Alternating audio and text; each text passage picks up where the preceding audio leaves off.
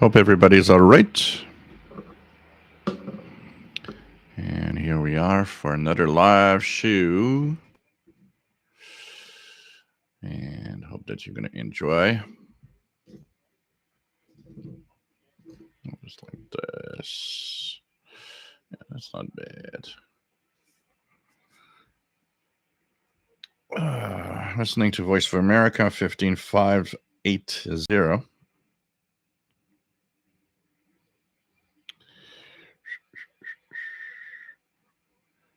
And here we go. Having the chat on my tablet today, which I find more convenient to look at the screen. Should have it like just below the camera, like here. I'd be looking at the screen or whatever. Nice to have everybody here. Welcome aboard, everyone. And here we are. This is, of course, the live show. There we go. And this is the Saturday edition of the live show, a show about radio. And we are here every Saturday at 20 hours Universal Time.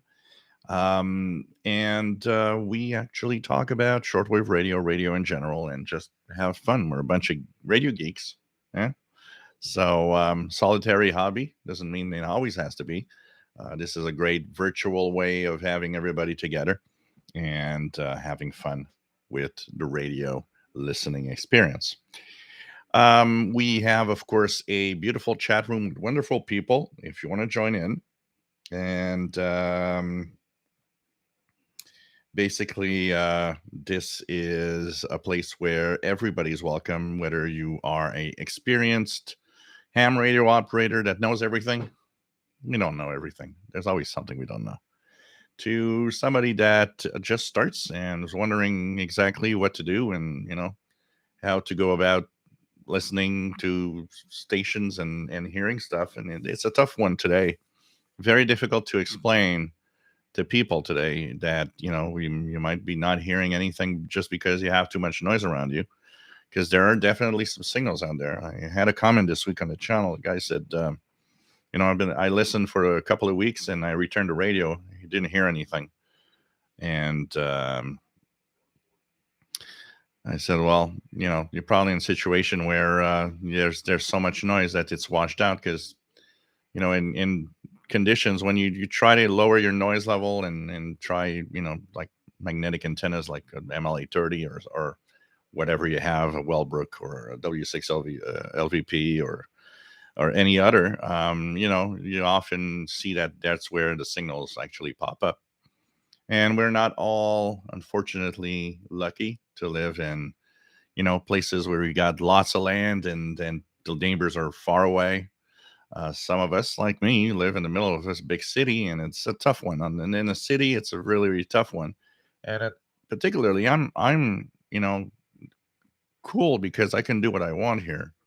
But when you look at people that live in condos that restrict any outdoor antenna, anything that you would have, or if you have even a home, and there's all sorts of homeowners agreements of all sorts that just prevent you from having any outdoor antenna. Sometimes it's a tough one also because the noise is just so high where you are that unless you go somewhere else, you can't even listen. So it's a little sad that happens. But you know what? I still have, and if I didn't enjoy the hobby, I wouldn't be doing this live show anymore. Definitely, I wouldn't even probably be posting videos on the channel. The fact that I do that is not just to promote the hobby, but to kind of show you there is something to listen to. And, there's still some stuff out there. We got to stop thinking of the past. The past is the past. I've been there. I know what's 1980s looked like on shortwave. It's not like that today, but it's not dead either. There's a lot still to listen to and a lot of excitement to have in all sorts of types of signals. Um, Once this live show is done, we have a Facebook group which has the same name as the channel here, official SWL channel, and it has more than 3,000 members. and we just have a lot of fun, and fun continues there. A lot of people posting what they're listening to. I try to post as much as I can too when I'm listening to stuff, and just having fun. And it's just a great place to be, and I think we're going to have a lot of fun. Got a little bit of questions we're going to check out. I also want to talk about something that I didn't have time last week, but that is definitely something very interesting. And it started well as a little experiment also with Matt MDK2 that is in Denver. When we made some amateur radio contacts, we of course tried different bands, and we try to complete the bands. On the HF, the only band left, I think, for him and me is 160. And when we tried 80, it took us a few tries to get across on the band on 80 meters. But also, it made me want to try an experiment and look at 80-meter listening through my MLA30 magnetic loop versus my end-fed antenna in the backyard. And we're going to talk about that little experiment because now that I use the radio, and a lot of people are mentioning, well, you're using the Yisu all the time when you do videos. Is it because it's better than everything else? Actually, it's not necessarily that. It is a great radio, definitely. But what I actually notice is that above 11, 12 megahertz, my end fed in the backyard definitely beats my MLE 30 by a long shot. Noise level is low enough that actually that's where I'll hear. An example is I'm hearing Voice of America on 15580 right now in the end fed with the Gisu. I am not hearing, I am hearing it, but I'm hearing it much weaker on the SDR using the MLE 30. And that tells me that my end fed is great in the higher frequencies. But at the same time, if I try to listen to signals on the 49-meter band or go into the 80-meter band or 5 megahertz, 60 meters, and so on, there the MLE 30 beats the crap out of my end fed because it definitely has lower noise. So it actually has the signals are popping out of that noise on the MLE 30, where in the end fed it's just washed out in the noise. So it's very interesting to see. So depending on the frequency I'm going to use, I'm going to either switch to one of the other radios that I use my MLE 30 with, or if I'm on a higher frequency, I will switch to an antenna, to my end fed antenna, because it's better. So it's kind of a very interesting experiment to check out. So nice to have all of you here, and hope that you have a great show today. Richard Wagner, nice to have you here. WA9301 SWL in Northeast Illinois. Master Players Radio, Television Plus Gaming. Nice to have you here, Bobby. WA5107 SWL in Morgan City, Louisiana. Dwayne, nice to have you here, Northeast Tennessee. Matt, MDK2 in Denver, Colorado. 66 Fahrenheit, 18.9 Celsius. A bit smoky from Canadian wildfires. Yeah, here we don't have it on the ground. Here it's high altitude smoke. So here in the past few days, sunsets have been very bizarre looking because there's a lot of smoke in a very high atmosphere, but it's not affecting us here at the ground level though. But definitely, I was seeing a map yesterday of the smoke coverage across North America. It's pretty impressive, up to the Maritimes. Very, very impressive to see. So hope things are not too bad over there in Alberta. Dwayne, nice to have you here. Anthony Friends, nice to have you here from Florida. We have Robert Cross, nice to have you on board, my friend. We have Matt says, unusual conditions today. And getting Voice of Korea on 11635, which the IBI says is beam towards Middle East. That probably has to do with the fact the sun has been flaring like crazy since yesterday and the day before. I have the Space Weather app on my phone, and I tell you, I get alerts on my phone about solar flares I think I've had I think I've had um, at least 10, 12 alerts today, and probably like 20 yesterday of solar flares happening on the sun. And of course, when a solar flare happens on the sunlit side of the earth, what happens? Of course, signals drop out, and there's been a lot of radio blackouts below 20 megahertz. They don't last that long, usually last 10, 15, 20 minutes, half an hour, and signals come back. But the sun is definitely mad right now, and there's two sunspots that are extremely interesting and flaring a lot. Richard Wagner, nice to have you here. Nick Amendel from Romania, nice to have you on board. We have our JDA Dakota, nice to have you here from Winsville, Missouri. WA0113SWL. We have RY491. Nice to have you here. Thomas in the UK. Nice to have you on board. Greg Scherer. Nice to have you on board. Cadman Schreier here in Southern Illinois. Nice to have you on board, my friend. VA3JPX. Nice to have you on board. We have so Chuck is Chuck Schreiber. Nice to have you here. KN5KVO in South Texas. Here in Montreal, it's about 70 Fahrenheit. It's 21, 22 Celsius. 70, around 70 Fahrenheit, 71 Fahrenheit. So expected some rain a little later. We had a hell of a cold week. It almost froze. I think it was Wednesday morning. I looked at the temperature outside on my weather station, and it was like plus 2.5. It was like almost freezing point, which is not unusual, but at we're getting the second half of May. Usually, frost is gone at this time. Trevor, nice to have you on board. Keegan DXer, nice to have you here from Northwest Arkansas. Salut TVD Exter, ça va bien? J'espère que tu vas bien toi aussi. What else do we have? Jean Arrache, hello, bienvenue. J'espère que ça va bien. Nice to have you on board. Michael, nice to have you on board.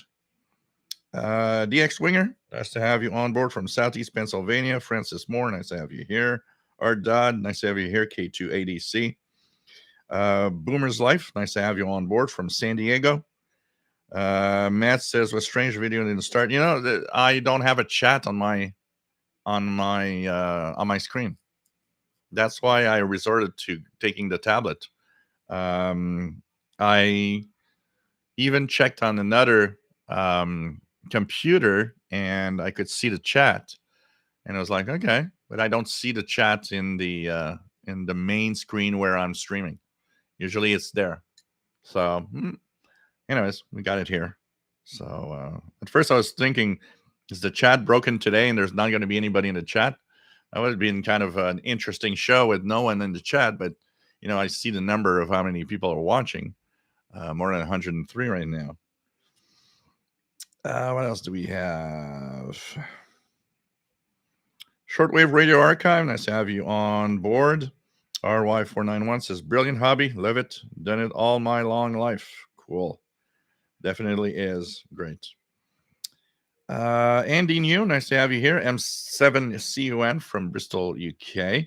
Jim Gordon, nice to have you on board from Scotland. Shortwave reception conditions were poor up here. And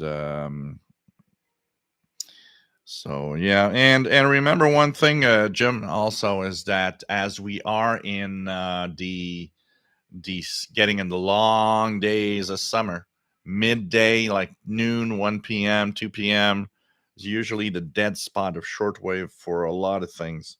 So that is also has a lot to do with the time you're listening. David Exter, what do you think of the HDR 18? Let me just check out what that is. I know it's an HD radio. Sangean HDR 18, which is that wooden radio. HDR 18. Let me just have it. Here we go. Tabletop, HD AM FM. I don't have any hands-on experience. It looks great. Um, but I wouldn't know what to say about how good it sounds, though. But it does look great. And keep in mind that if you buy it for HD, there's not a lot of HD radio stations around. There's a few on the FM bands, but you might not find it as exciting as it could be. But there are a little bit of HD radio stations. You'll hear a couple of Montreal stations on HD. So, if you're buying it for HD radio, um, there's no HD stations on AM, so that's something to know about. But for the rest, it probably if it's it's I see it how it's pretty expensive actually. I see it that here it's if it's like all the Sangean branded radios of that kind, it probably sounds great. But just keep in mind that if you want to dabble the fun of HD radio, yeah, but it might not be as exciting as you think. Ricky, nice to have you on board from Calgary. Quite smoky outside due to the wildfires. Yeah, they were talking about how things seem to even get worse right now. Hope things get better. Nice to have you here, Ricky. Jim's radio check from Southwest Chicago. Nice to have you on board. We have Matt says it's like your situation with 80 meters. You were able to see stations trying to work you with the MLA 30, but not your sloper. Yeah, that's the weird. That's exactly the thing. I could see some stations calling me back, but my Aunt Fed in the backyard was not getting them at all. It was too noisy. So and I suspected very often that on some bands it's like that. Stations might be calling back to me. I'm making it. I'm going out, but I'm not hearing them when they call me back. Glenn, nice to have you on board and finally able to come here on Saturday. Cool. Glenn Danzler, nice to have you here from South Carolina. Blogger Die, nice to have you here from Central Virginia. I saw a video of yours this week, and I was thinking of maybe making a video to highlight your YouTube channel, Blogger Die. Give you a little boost there. Lex 2006, nice to have you here. Penny C, nice to have you on board. KW1161, nice to have you on board from hot Tucson, Arizona. Barine, nice to have you here from Southeast England. We have Sean Dayton, nice to have you here from Las Vegas, Nevada. Nice to have you on board. Actually, my downstairs neighbors that are that live in the basement are in Las Vegas this week. They're spending a week there. Jim's Radio Check. Yep, we are actually going to talk about it in the International Radio Report show about the bill that they want to pass to save AM radio, which is great. It's nice to see all the action going on around the save AM radio bit, and it's very, very interesting. I will just share a little something here for those that don't know. Sheldon Harvey and me have a show that's called the International Radio Report. It's aired on a local community campus radio station here in Montreal on Sunday morning at 10:30 a.m., which is 14:30 UTC. And it is a 30-minute show about events in the world of radio. And of course, when we do the show and it is aired, you can hear it on ckut.ca. There's an archive where you can listen to the archive there if you want to have it. We also have a YouTube channel, which is another way of actually joining the show and listening to the show. So if you guys want to join in, I will just try to share. Yeah, that's a good idea. Yeah. How am I going to do that? Because I don't have a chat working there. So yeah, okay. Let me just check out how I'm going to do it. Anyways, if you go to youtube.com/at IRR, youtube.com/at IRR for International Radio Report, you will join the channel and you can subscribe and hear and have the show there and watch it or listen to it every week. The added bonus of the YouTube channel is that it has pictures that go with each story. And it's a nice show. Got a lot of people listening in, and it's quite fun to do. So we recorded on Friday afternoon here in virtual with me and Sheldon, and we posted, of course, for playback on CKUT computers, so that it plays. So the edition is already there on the CKUT computer, queued for tomorrow morning at 10:30 a.m. And of course, about an hour, roughly, most of the time, about an hour after it aired on CKUT, the YouTube version gets online.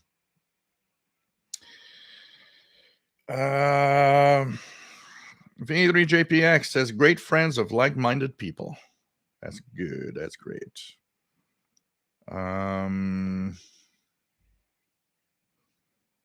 Francis Moore. Your message messed up due to trying a new Bluetooth keyboard. Let's go down here.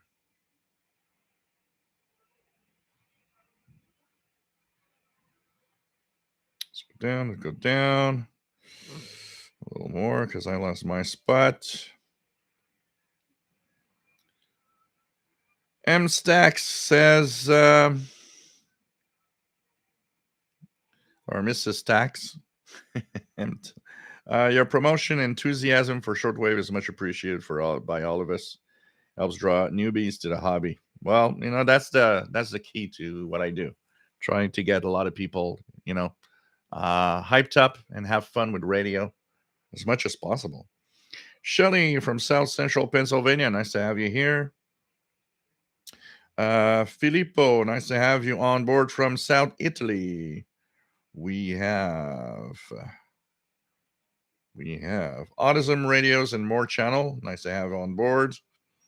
We have Anthony France. I get better signals on my 80 feet long wire than the MLE30, but still use both. Yeah, it's a question of noise. If your noise floor isn't high, you will have more signals on a long wire. Definitely that, and then what an MLE30 brings. But in very noisy environments, that's where the MLE30 shines. It actually works great and in noisy environments. So in some environments where that 80 feet of wire would probably not work because too much noise, you would probably hear stuff on the MLE30.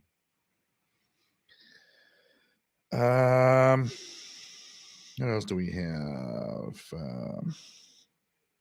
Sean Dayton says, I just come back to the hobby after 12 years break. The MLE30 Plus rekindled my interest in the hobby. And I think it's for a lot of us, it did.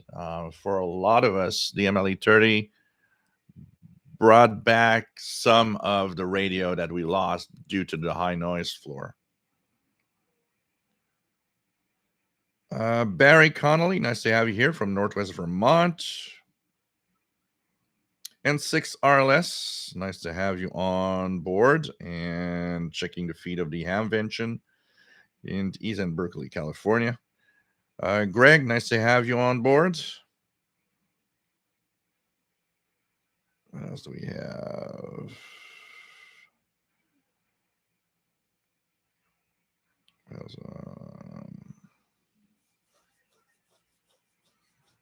A lot of hams forget we are on the third rock from the sun. Yeah, I saw a picture, Ricky, of Calgary on this week. Somebody posted a picture on Facebook of what it looked like in Calgary. It was like one of those, weird um looking cities, like in those science fiction horror movies. Glenn, KB9IN, glad to be able to get here this time. Nice to have you on board. Caster Polex, nice to have you on board. Just bought a Texan PL368. Getting started in shortwave listening for the first time in years. Have fun. Sheeta, nice to have you here from Belleville, Ontario. Nice to have you here.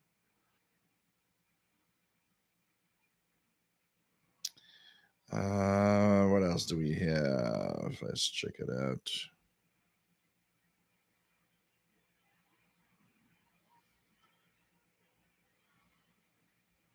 Yeah, but my chat here doesn't have anything displayed. It's like completely empty. It doesn't show anything. A number of people. It's weird. I don't know what's happening today with YouTube. It's bizarre. Joe Spring from Milton, Florida. Nice to have you here. Run C. Nice to have you here from Saint Hubert. Hope you are well. Autism radios and more. Had a St. Jean HDR14, but it broke. That's weird. What happened to it? Mine. I have mine for what now? A couple of 2, 3 years at least, and it's working great. And I use it multiple times a week. Keegan DXer's got the HDR14. RY491 just ordered a 501X after watching the review here. Already have an S2000. Can't wait to get it. Cool. I'm gonna have fun. That's the important thing. Ron says Sorel Amfest kept coming. Hope to meet you there. Yeah, I'm not probably not gonna be there. If I go to a ham fest, it'll probably be the one in Longueuil. That's gonna be usually later in the fall, if I'm not mistaken. So, but I don't think I'm gonna be there in the one in Sorel unless something happens, but I don't think so. Chris66, nice to have you on board. Spy Station videos are great, Joe. Good to be here. Nice to have you here. Yeah, you know what? I started off by just looking at, there was a one in a number station coming in, but I didn't want to do a video just showing a number station. I wanted to kind of add a little bit to it. So I thought, hey, kind of talking with it and talking a little bit before it arrives and a little after and mentioning a little bit more about what they are and so on. I thought it would kind of be nice. And then I followed a link and I thought, yeah, you know what? Let's call this series Chasing After Russian Spy Numbers. I thought it was a good idea. Bowman's, nice to have you here. Prunus Jace 160. Great little radio for price.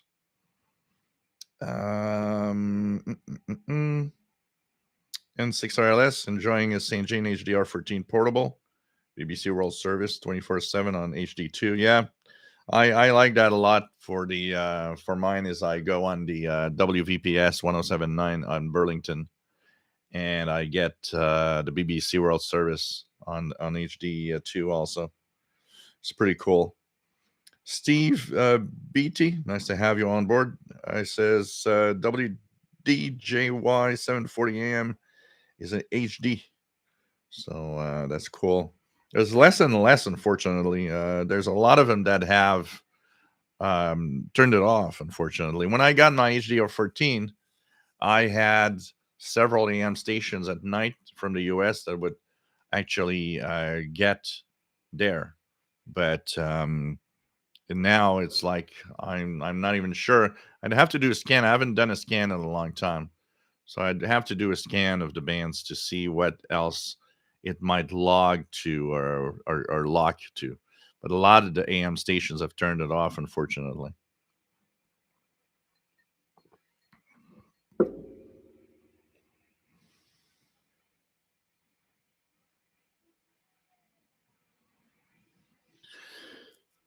So let me just check it out. I just saw that I just had a countdown that there's ads, so I will just take a little moment here to break for that. And here we go.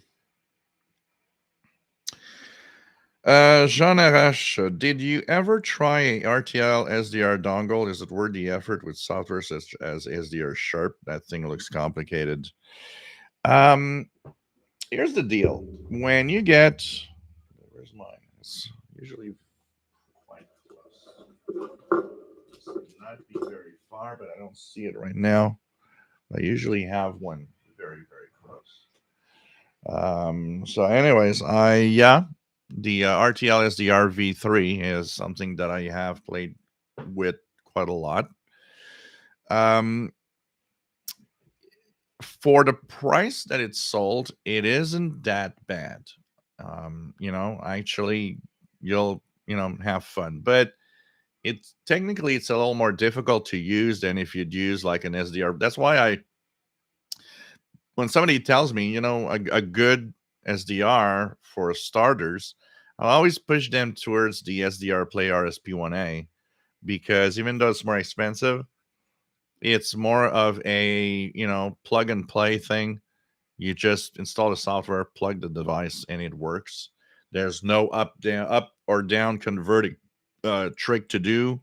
There's no fussing of drivers. It just works. The RTL SDR, once you get the hang of it, it works. But you have to, know how to switch mode for the to get VHF, UHF, or shortwave. You have to, of course, install that special driver in Windows because it requires a special driver that you need to install. So it's technically more complicated for somebody that's not very tech savvy. But if that side doesn't scare you, for the price, surprise device. It's really a surprising little device. It's got its caveats. It's got its overloading issues. Its images popping up here and there. But for the price, you can't really complain too much. And it does a decent job once you master how to use it well. But I always say that if you want to go to a no fuss SDR and for the first time, you're better off with an SDR Play RSP1A. It's wideband receiver, no driver fiddling. You don't have to, start playing around with the drivers or anything. It just works. So that's the great fun of the SDR Play devices. They're not complicated to use, and of course, if you go further than that, then there's all sorts of things. The AirSpy HF Plus Discovery. There's the RSPDX, and also, but for entry level, I always say SDR Play RSP1A is probably the easiest to start up. It's not necessarily easy then to master the software. That's another thing. Mastering the software is another thing, but at least you don't have to fiddle with drivers and stuff like that.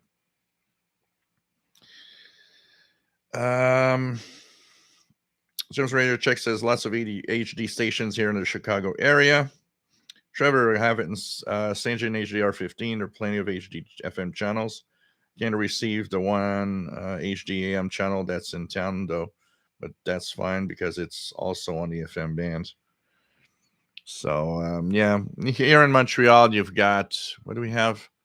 Last check that I did for HD, there's the CBC French is an HD on 95.1, and it has an HD to classical music station or something like that. Then you move on to 103.3, which is the station in Longueuil that I listen to. They have the main channel in HD, and they have a country music station in HD too. So that's what probably you would get TVDXer if you'd get that Senjian. I get then 105.7, I think, is in HD, but doesn't have any extra content. And there's 107.3 that has the main channel in HD. On HD2, you get you get the sports network, TSN Sports, that is on 690 AM. And on HD3, you get CJAD English, which is on 800 kilohertz AM. So the two AM stations that say they're in HD, they're actually on HD on the FM 107.3 frequency. And then here, I don't know, TVD Extra, if you get it where you are. Here I get WVPS on 107.9 out of Burlington. So that, of course, comes in well enough to trigger the HD here. And on HD2, I think it's VPR classical. It's classical music. And on HD3, it's the BBC World Service 24 hours. That's if you get the same stations that I do, TVDXer, if you buy that, that's what you're going to get in HD. The other stations are all on standard FM or AM, nothing more.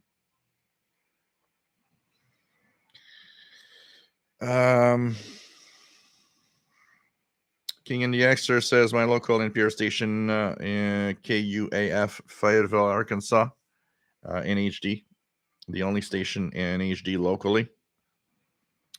Ray Boyle, nice to have you here from Britain. Nice to have you on board.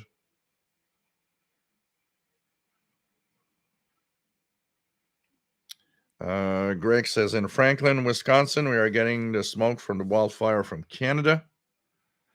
Blagger Dice, I have the RTL SDR. It's complicated to set up, but simple to use. Just follow the instructions to the letter.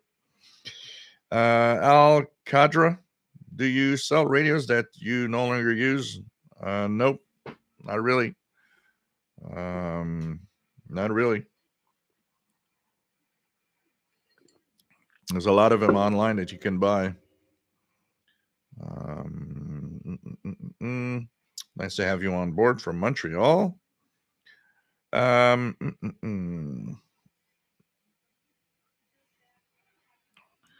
Joe Pistrito, nice to have you on board from London.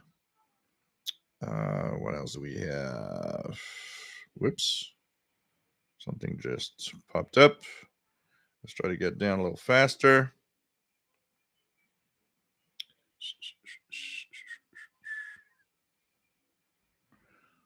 Lager Dice says, I mentioned my YouTube channel is cool. It's just me playing with my radio friends, mostly comparing stuff. Yeah, that's great. I like to talk about other YouTube channels, and as long as the majority of the content is radio related and that there's no controversial stuff, I'm happy to highlight other people's YouTube channel. I don't consider myself in competition with anybody. Somebody once told me, "It's like, well, why do you do that here? It's competition. What competition? We're here to help each other. We're here to, have a gang of radio guys, and the more we have radio guys and radio videos and radio fun, the better it is. I don't see where's competition. I don't feel in the competition here." So yeah, I'll highlight your channel in a video this week. I'm gonna check it out. I was thinking about that. When did I see your video? You posted a video on Thursday or Friday or something that popped up in my recommended videos, and I thought, oh, that'd be nice. Chris 66 contacting is Kentucky congressman to support saving AM radio. That's cool. Darren Rogers, nice to have you here from Long Island, New York.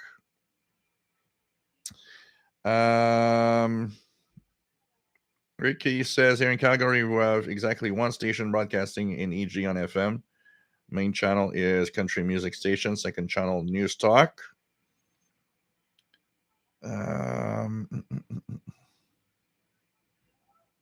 Yeah, of course, RJ Dakota says he subscribes to the IRR, but likes listening to the on his internet radio. Yeah, there's something more fun listening to something live than a recording. But Jeff in New Hampshire, nice to have you here. Philip Cheney, nice to have you on board. Says nice to see the Texan S2000 and 501X in the background. G0PVK Phil, nice to have you on board. Autism Radio just subscribed to the International Radio Report. Thank you. Blogger died. A Texan 501 looks huge. It's a pretty big radio. It's not that thick though. It's maybe a couple of inches thick, but it is a fairly big radio considering the very small radios we get today.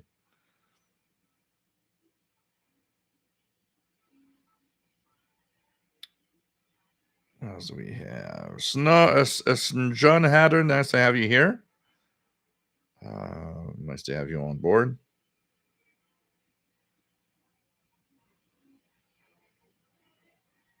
No, there's no.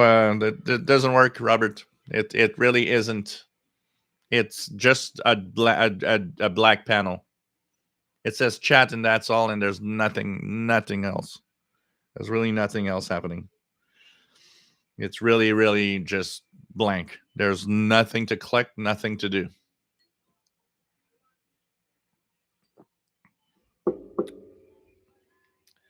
Ray Boyle was hosting a Eurovision party. Oh, hangover on Sunday was bad. Nice to have you here. VT Radio, nice to have you here, Paul.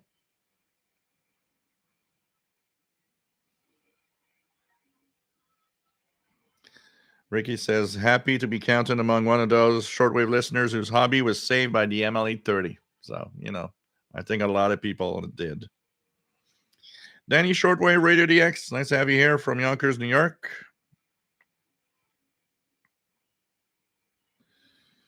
John Beckham, nice to have you here from Northeast Florida. Metal Lunar, nice to have you here. I have a dimmer switch that causes terrible RFI, and I have to turn it off to listen to anything.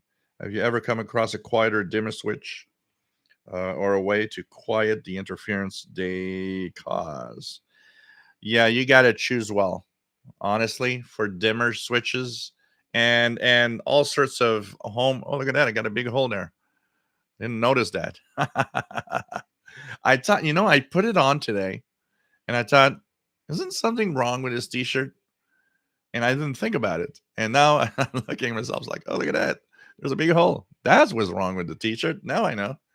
And of course, you got to find it live in front of tons of people. So, anyways, yeah, when you buy appliances, anything like dimmer switches and so on, you got to be careful which one you choose. Also, what are you dimming is also the other thing. I've noticed that, for example, there's like these LED lights. They say dimmable. So which means if you have a dimmer, the LED will also dim, because in many cases it doesn't. In many cases, it's just shut down. And one of the things I have also noticed with that is you dim, the dimmer is quiet, but the LED, when it starts dimming, starts creating all sorts of spurious noise. So that's also something to verify. But if you have just like incandescent lamps with standard incandescent bulbs, then look at a different brand of dimmer. There are quiet dimmers out there, but some of them I know are very loud. I don't have any dimmers here, but I actually almost did in the kitchen a few times. I was thinking of actually putting a dimmer in the kitchen, and if I did, I would have told you what brand I have used, because of course I would have tried to get a dimmer that doesn't buzz or create noise. I don't know if anybody out there, maybe in their homes, have dimmers that are quiet, that maybe you can suggest a brand of dimmer to our friend here. By the way, this is a cranberry juice with sparkling water. Joe Spring, I can't see AM radio going away anytime soon. Talk radio is really popular. Glenn Zeckman, nice to have you here from sunny Ohio. Man Max 2069, nice to have you here. Fred Waterer, nice to have you on board. René Charbonnier, nice to have you on board from the Netherlands. Um, mm, mm, mm, mm, mm, mm. Yep, the Keegan DXer says the Sanjin HDR 14 is definitely a good radio.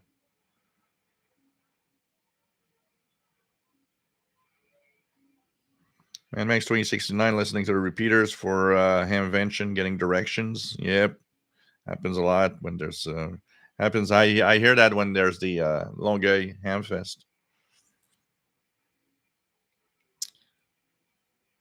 All right, JD get a code. Don't see medium wave radio going away anytime soon either. I think it's well understood about the power of the medium wave band as a medium, especially at night.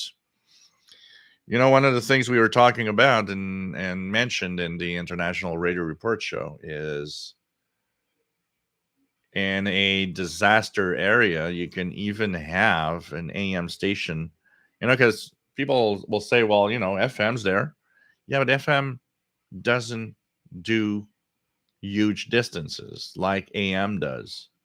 And what happens is if your local place was hit, you know, like in Florida, let's say South Florida is hit by a hurricane, a bad hurricane, the FM stations are all going to be off the air.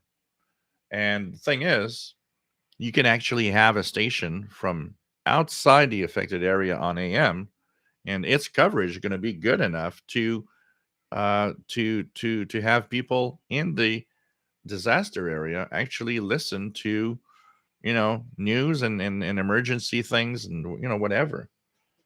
It's something that's important to keep. Garrett Brennan, nice to have you here. Robert Somerville, nice to have you on board. Robert, where to buy new model XH Data D808? Go to the XH Data website and buy it online from them directly. You'll get it in a very little time. I think Amazon carries it, but Amazon seems to be pricier than XH Data.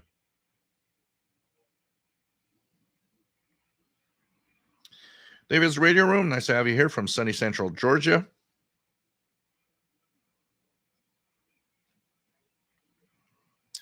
Bowman's, I got a Prentice. What is the Prentice that I got? I got one here, but it's rather bad. I don't remember what model. Joseph, nice to have you here from San Francisco Bay Area. Rainbow Oil, have you ever owned a Zenith Transoceanic 1000? If you have, how did you rate it? I've never had a Zenith Transoceanic. Here in the not far from where I live, there's a flea market, and it's open only like Friday, Saturday, and Sunday, something like that. There's a guy there that sells old radios. He's got several Zenith Transoceanics. They are beautiful, and you know, I just can't get myself to dish out as much money as they're asking for. I think the model that I was looking at the one day was he was asking something like $180 for it. I don't see myself paying 180 for an old tube radio. I know they're highly rated and they're very beautiful, but my honestly my budget for a tube radio is, unless it's exceptional, will rarely go above $50.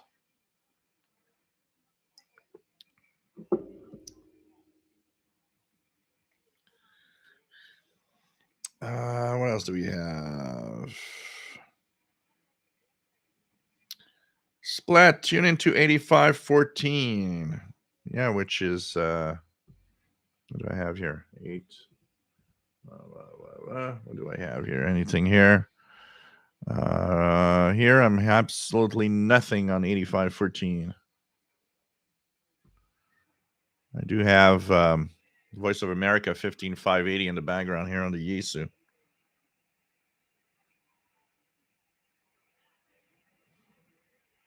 I don't have anything here. You sure it's not local interference where you are? 9310. I'm going to try 9310, but yep, we got absolutely nothing here. Make sure it's not local interference from where you are. Keegan on the 19th had FMDX eSkip in Northwest Arkansas, stations from Georgia, South Carolina, and North Carolina. Wow, that's cool. I'm still waiting for 6 meters to actually open. It opens very briefly. I keep my Yisu on FT8 5313 and the software open. And when I do something else, I just leave it there. I do whatever and I look at the computer screen from time to time. There was an opening to Brazil and Chile not this last week, but the week before. That was extremely brief. Lasted 15 minutes and was over. And there was this week a couple of openings to the south of the US. I had a couple of stations from Georgia, one from Florida. Once again, also very brief. It lasted half an hour. It was gone. And of course, every time I'm doing something else, so I only notice after it's over. So, but I'm waiting. I just can't wait for some 6 meter skip.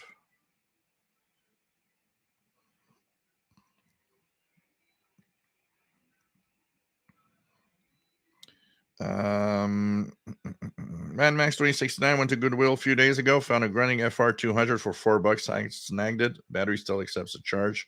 $4. Yeah, it's nice. I got one here. It's a nice little radio. Blogger Die says RTL SDR images for sure. What else do we have?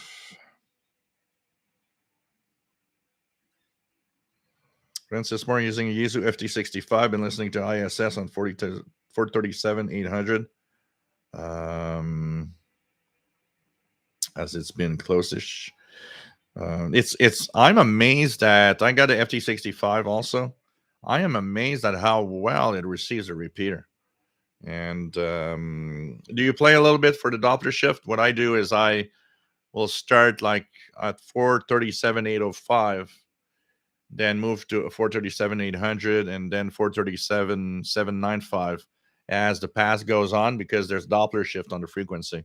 So usually the ISS, when it's coming towards you, the first ISS frequencies will be around 437 808 807, and the Doppler will slowly bring the frequency down.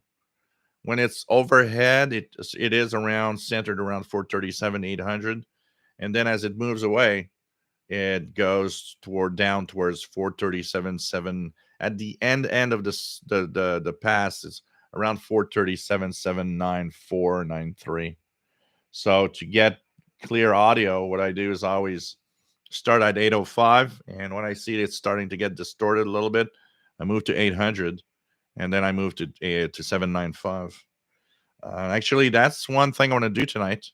I want to take the ICOM, which is behind my ICOM is right here below this radio and behind this radio. I want to actually take my small power supply, go in the kitchen, because I don't have access here to my my VHF UHF antenna in the back, but I have access to it from my kitchen. So I was thinking of maybe setting up for that. Actually, I have a interesting idea. I started thinking that it could be fun to install my ICOM ICRD 500 in the bedroom. I've got the table next to the bed, and I thought it could be fun to have it there, and it'd be super easy for me to get the VHF antenna, hooked up, because it's right next to it on the metal shed. So I thought, that could be kind of fun, and find a way to hook up, my maybe put another wire in the back to complete, like, have another sloper that I could just hook up to it.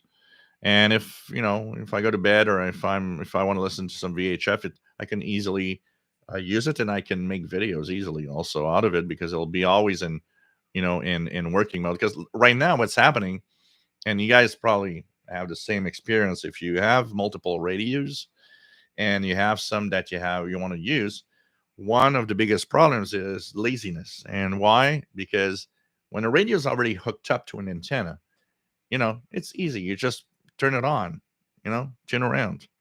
But when the radio isn't dedicated to it, and you have to, move it and take it somewhere and then hook it up to the antenna and, do something.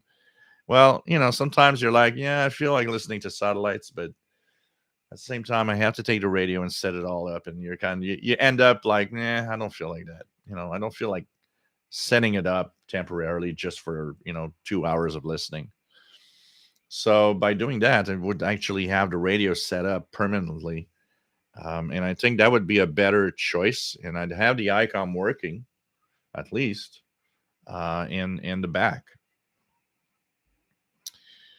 What else do we have? What else do we have? DB Ostrowski, nice to have you on board from Alberta. Yep, those forest fires are crazy, crazy problematic.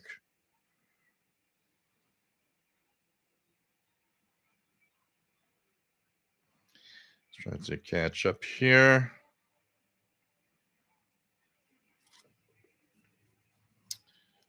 So nice to have you on board, my friend.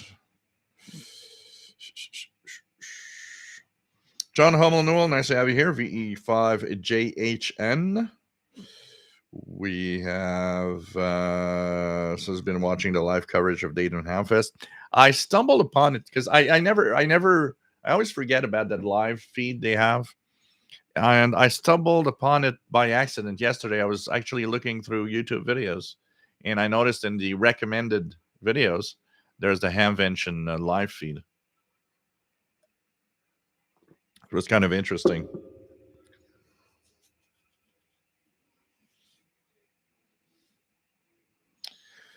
KW161 became a station on 6930 kilohertz lower sideband. I don't know if we're going to hear anything here. Let's check it out. 6930. Anything here? Nothing here. It's kind of early. We're, in the summer, almost summertime propagation here. So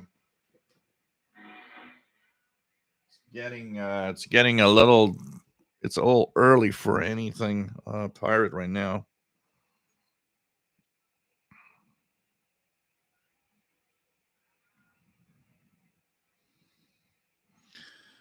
Robert Cross. Well, what happens is we're talking right now. We're going to talk about Save AM radio in the United States because there's a movement, and it all starts with the fact that the new electric cars won't incorporate AM receivers.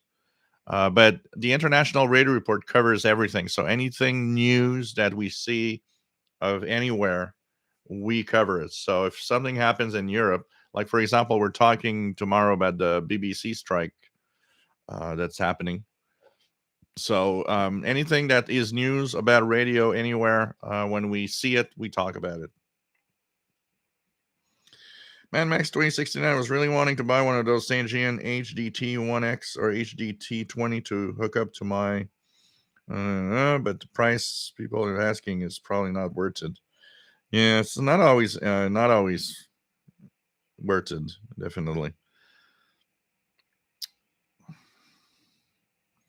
Chuck Davis, there's absolutely no news about it for the new Ethon, and I'm wondering if they haven't decided to just scrap it after the fiasco of.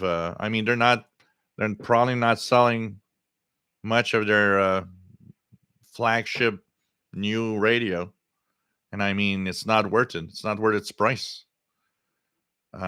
So if that doesn't sell, and with all the problems that they have, maybe they decided maybe we won't do it.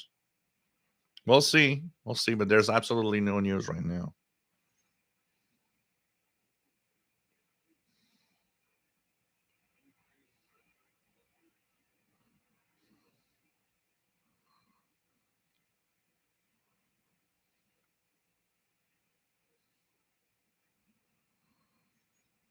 Bowman still has a Yaesu FRG7. It's a great little radio. Nice looking radio. There's a lot of them. The Yaesu FRG7, there's a lot of them going on for really cheap prices. I've seen some go for as little as $70 or $80 here.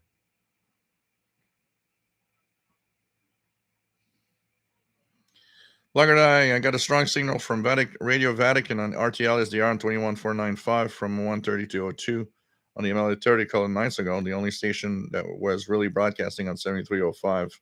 So, yes, images. Yeah, and it's mostly on the higher bands that you'll get the images, like 20 megahertz or above. You'll get the images from the stations down. Um, so, you got to be very careful for sure. Ron says, friend just got an aircraft radio from World War II RAF Lancaster bomber. Looks real Marine style. Cool. The Texan H501 is Bluetooth. Yes.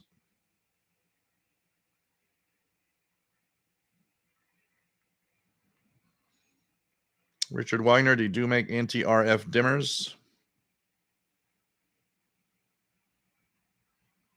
Yes, Master Players. Eurovision was last week.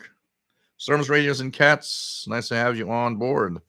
VT Radio, boy, 10 meters FT8 is really dead, so I moved to 20 meters. Haven't been on Dead Man in a while. Yeah, it's not been great on 10. I've been mostly on 15 and below in the past week and a half. I had a really nice encounter on the ham bands this week. I made a SSB voice contact with Indonesia on 15. So, with Wednesday morning or Thursday morning, I don't remember which day, I started looking at the clusters sites to see if there's any interesting DX. And I noticed that there was a Yankee, what is it? Yankee Charlie 2, something like that.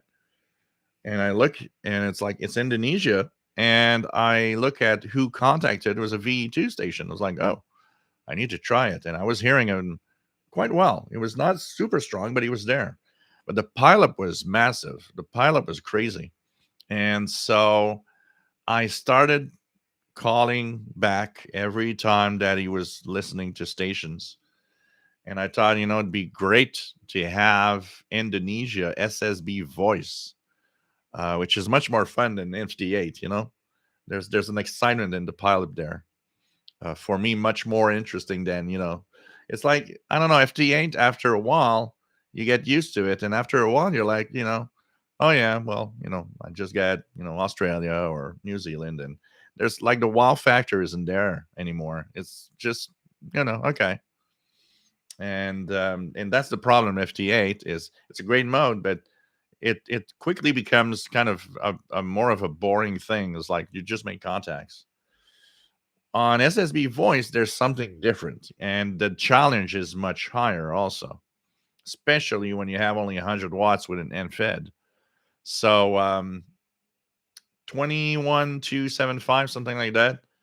I hear him, and so every time I start calling, I've been calling for at least 20-25 minutes, and I'm like, man, does he hear me or not?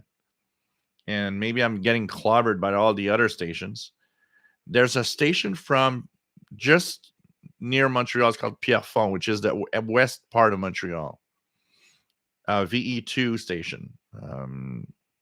VE2 Lima Hotel, it was his call. He's got a kilowatt. So he actually made the call and immediately got heard by the Indonesian station. And I thought, well, if he's being heard, maybe I'm being heard too. But he was running a kilowatt, and the guy was such a gentleman. I actually sent him an email to thank him. After his contact was over, he told the Indonesian station, listen for another VE2 station. Listen for Victor Echo 2 Zulu Zulu India. He's also calling you.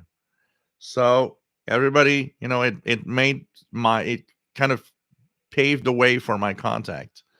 And so I called and he heard me, but I mean, I had to repeat my call 7 or 8 times before he got it right. So my signal wasn't very strong, but we did make a contact and that was cool. And once again, that is the way amateur radio should be. That guy was a gentleman.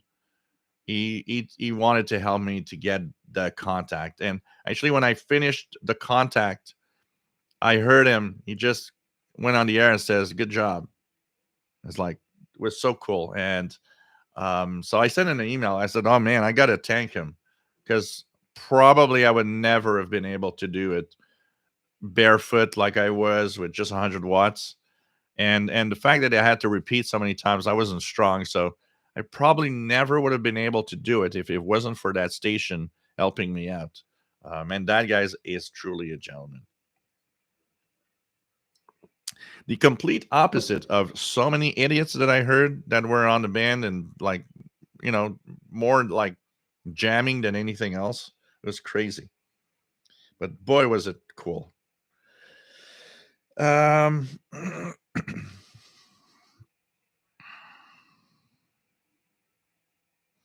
R1491 says terrible noise comes from my cordless phone when not in use. Yeah, it could be the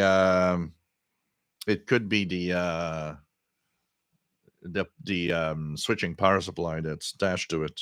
Yeah, smart switches, things like that. There's a lot of that going on.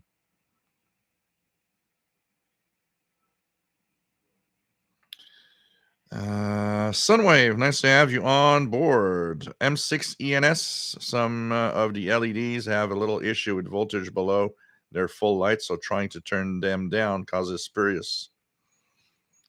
John Meckham, we here in America are attempting to save AM radio. Yes. What else do we have? I go down. Take care, Matt. Nice to have you on board and stay safe.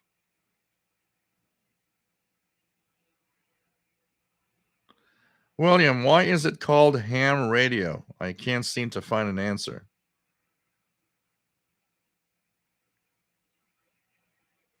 I saw a story about that shortening from amateur radio to ham radio somewhere, but I don't remember. I don't remember the story about it.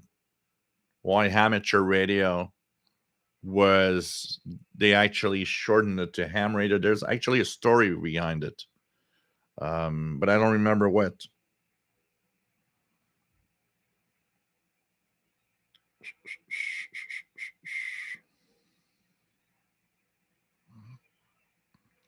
ADK says finally picked up a Belka DX. It's the best receiver I've ever had. Better than some of my big rigs. Expensive, but you should consider trying to pick one up.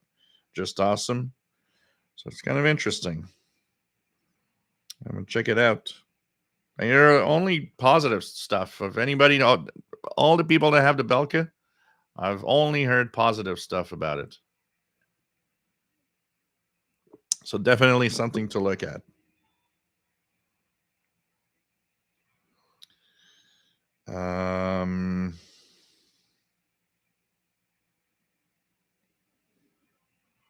Joe Spring says, remember after Hurricane Yvonne, the only radio station on the air for a while was an AM station out of Atlanta.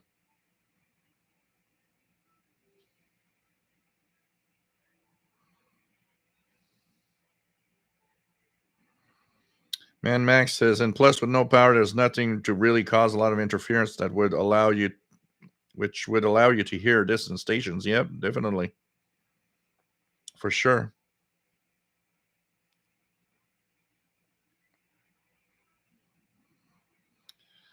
Jim Gordon, in the past, you have mentioned that YouTube videos about cheaper radios often get more views. Well, that's what's happened to my little channel post of the XH Data D219.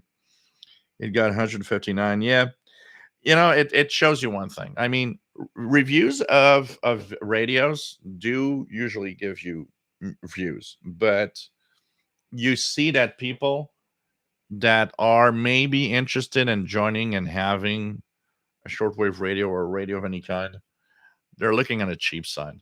So usually the cheaper radios get a lot more views than the more expensive ones, because people that look at the price and they're like, no, I'm not going to buy that at that price.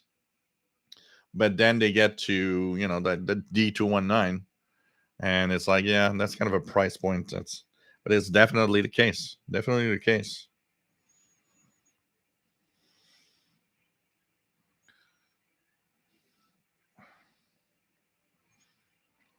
What else do we have? Jeff King from Jacksonville, Florida. Nice to have you here.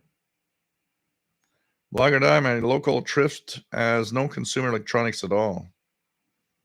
There used to be so now that the one that was the closest one to me is shut down. There used to be one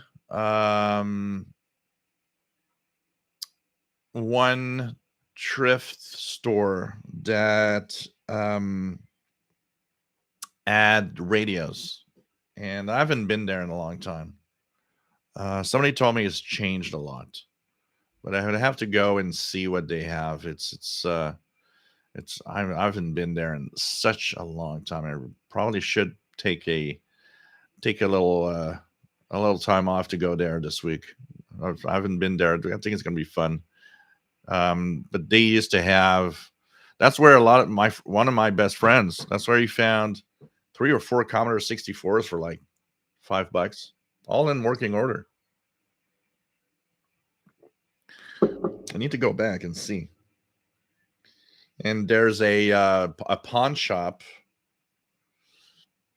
I have a habit of not buying much from pawn shops because a cop told me once that when a pawn shop opens in a neighborhood, the amount of the amount of theft and home break-ins are on the rise. And because the problem is, yes, they do have a list of all the stuff with serial numbers, but the problem is people don't keep serial numbers around of anything. So most of what gets to the pawn shop will never be found as a stolen item from somebody. And that is a big problem. So, I kind of abstained most of the time to buy anything from a pawn shop for that reason. But there was one pawn shop that's closed now. I remember when they opened, a few weeks after they opened, they had the Radio Shack. What was it? The Radio Shack DX 400 or something like that. And they had a couple of radios through the years. I remember the DX 400. I think they sold it for like $60 or something. But I don't know. That one's closed, and the other one here, there was one here, but that one didn't seem to have any radios or anything of that kind. They seem to concentrate more on like musical instruments and stuff like that. VT radio, my AM radios have the civil defense logo on 640, 1240. We need AM radios so I can tune there in case of an enemy attack.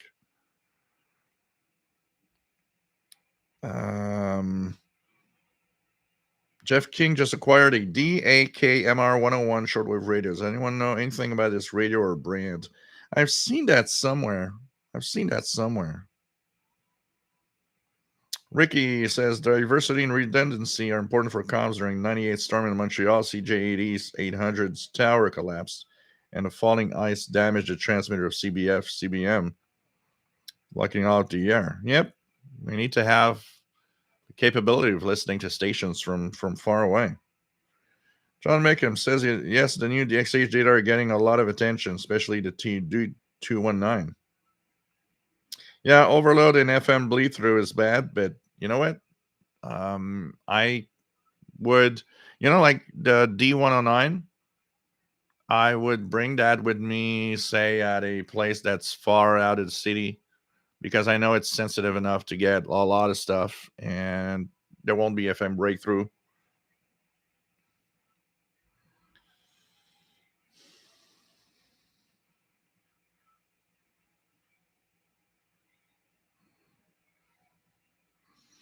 Chris 66 is worried about the car manufacturers removing AM radio. That could start a terrible trend. Well, yeah, especially since a lot of the radio listening is done in cars. Um, there's, it's like going to check for cheap radios, and you notice that the cheap radio you're looking at is as FM only, and you're like, what? Only FM? Okay.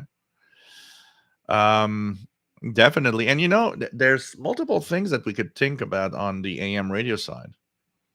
A lot of AM stations have an FM outlet. You kind of wonder sometimes, because of the cost, how many of them would probably want to ditch that AM and keep just the FM? Because they're thinking about money. They're not thinking about, stations today are not thinking about serving the population that they're broadcasting to. And that's a sad thing, because what happens is that they're taking decisions to shut down, you know, AM, not thinking that, yeah, okay, you're going to save money, but your coverage is going way down without that. Um, Especially in times of disaster, that coverage could be very useful. So, notice how Save AM radio, have you noticed? So, we have the National Association of Broadcasters, things like that, can want to save it. Um, but, and it, have you noticed a lot of their stations, or we don't hear about radio stations themselves? They're keeping very quiet. And I think they're keeping quiet because they were looking at, oh, we got a way out. If they ditch AM radios, we can ditch our AM transmitters and save money and just be on FM. But that comes with a consequence, especially in times of disaster.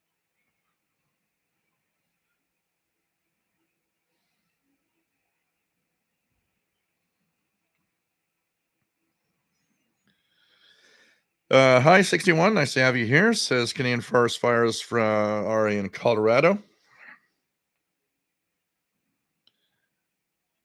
Yep. Francis. Chastank, nice to have you here from Louisville, Kentucky. We have Blogger Die is old enough to have paid a CB license. Oh, man. Nice to have you on board, the blind picker, W0RAB. Nice to have you here, Rob, in Connecticut.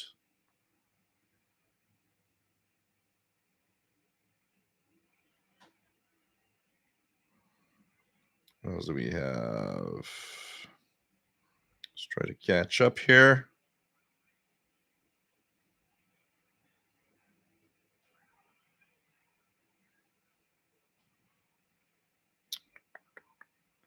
What else do we have?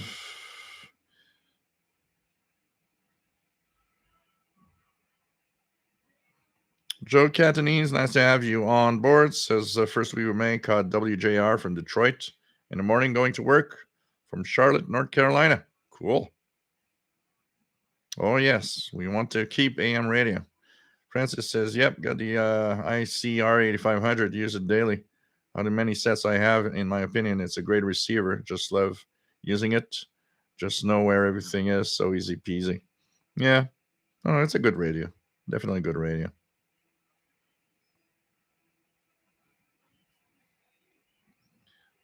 Blogger Die, my 2018 EV doesn't have AM radio, but I never listened to AM personally.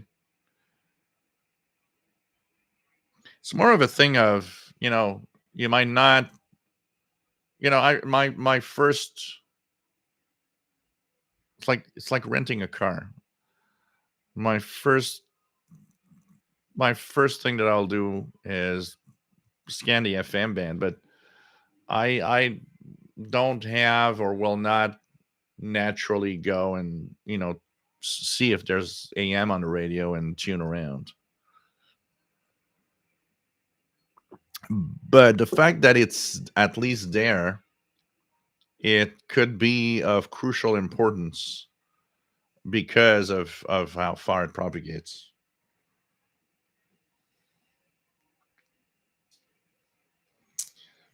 Plug or Die has a portable multi-band radio in the car. If you wanted to listen, that's a way out. That's the way to do it. Chest Tank just learned something. I am out the loop. I didn't know BBC's on strike. Yeah, we're going to talk about it tomorrow on the International Radio Report. They're having strikes. Michael, that's 15770 WRMI.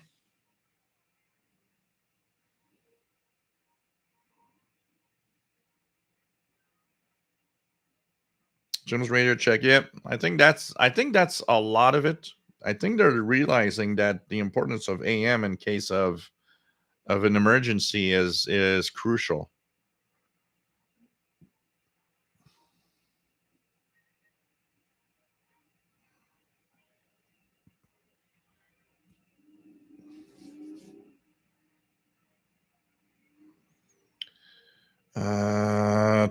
Take care, RY491. Always nice to have you on board. Stay safe from the UK, Thomas. See you next week, 20 hours UTC.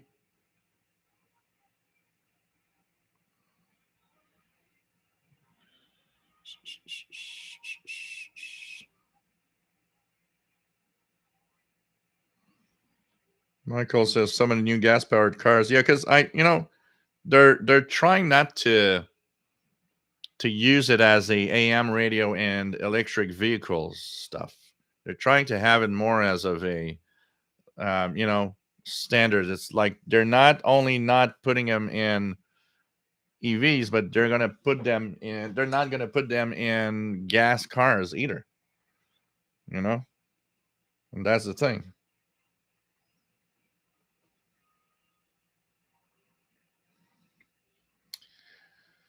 Take care, Danny Shortwave. Always nice to have you on board. LH, nice to have you on board from Westport, Massachusetts. Radio Kid, nice to have you here. Says, heck, I had a number of vehicles that only had an AM radio, no FM, no 8-track, no cassette, no automatic transmission, no air conditioning. Yeah, that was pretty much what it was in the past. Oh man, I remember those hot days in the car in the 80s. I was like, oh God, this is a heaven. Going on a highway, all the windows open.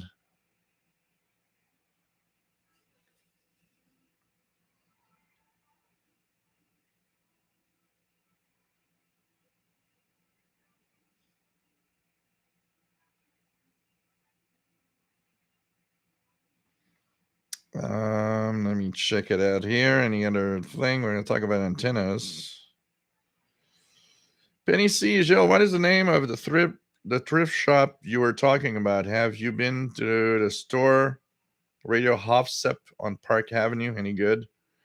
Radio Hofsep, if you want to have old radios, or if you were looking for example, if I would be looking for tubes for this radio, that's the place. That guy is, and that would be the place probably to bring an old radio that needs repair here in Montreal. Radio Hofsep. I want to go there and ask the owner if I can make a video of the inside of his store. Because it's almost a store slash museum. And I haven't been there in a long time. Last time I've been there, to give you an idea how long, it was to purchase a passport to World Band Radio because he had them available at that store. So and I think it's the last passport that existed. So when did passport stop publishing? So that gives you an idea of how long I've been to Hofsep.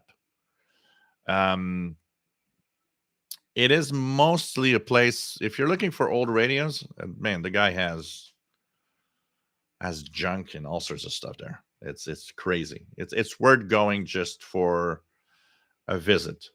Honestly, you might not get out with anything, but oh boy, just for a visit. The guy is a little temperamental, so it's like, if I go there and ask for a video, I'm not sure he's gonna say yes. I know Sheldon knows him, so Sheldon told me, well, tell him, that Sheldon, um, Harvey, and maybe he's gonna be okay with it. But I want to go there. Um, the thrift store that I was talking about is oh man, how do you know what's the name of that store? It's the one that has a Village des Valeurs. I don't know if it still exists with that name. Village des Valeurs. The one that has apparently the most interesting stuff was the one that was on Jean Talon Street. The one that I went to a few times was the one on Ontario Street. And but they did have old stuff. But yeah, Offstep is something to it would be worth a video. Even if can't really make a video much, I could probably like you know snap a few pictures like without him noticing and make a video with it or something. But I need to go. I want to go to Hopstep. I want to go there. I was talking to Sheldon a month and a half ago, and I was mentioning to him, I was like, I need to go to see Hopstep. Isn't that far from here? I could even walk there. It's not you know maybe an hour, 1 hour walk or something. It definitely it's something that I need to go and check out Offset. I haven't been there in a long time. What else do we have?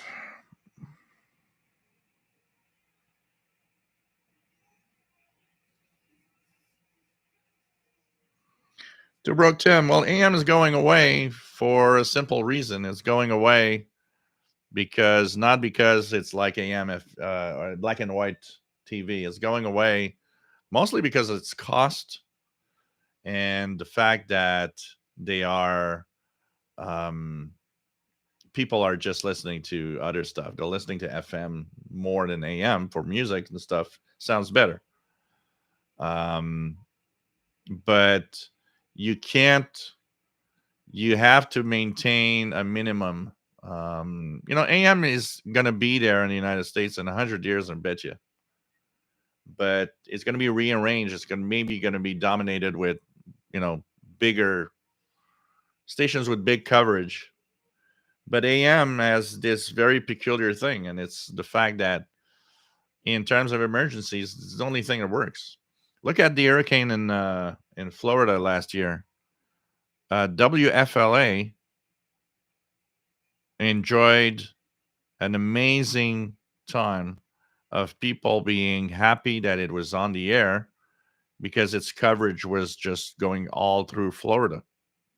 And they were able to give all sorts of details in emergency times.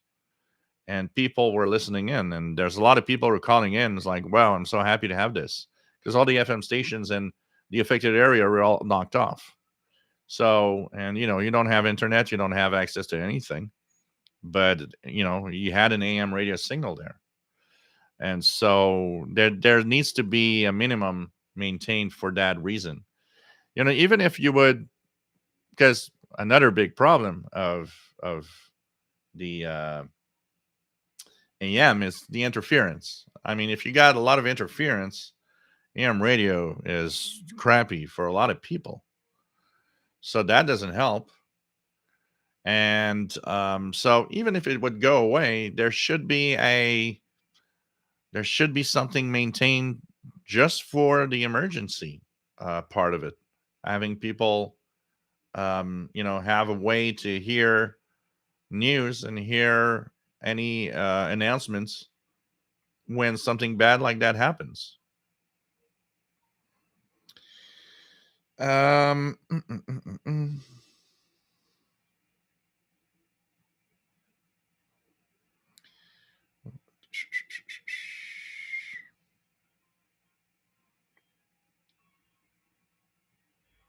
What else do we have? The problem with AM radio is the is the content.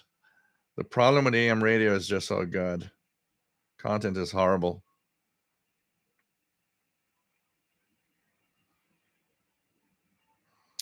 Sean Dayton, KDWM, Clear Channel in Las Vegas shut down for due saving money. Yep.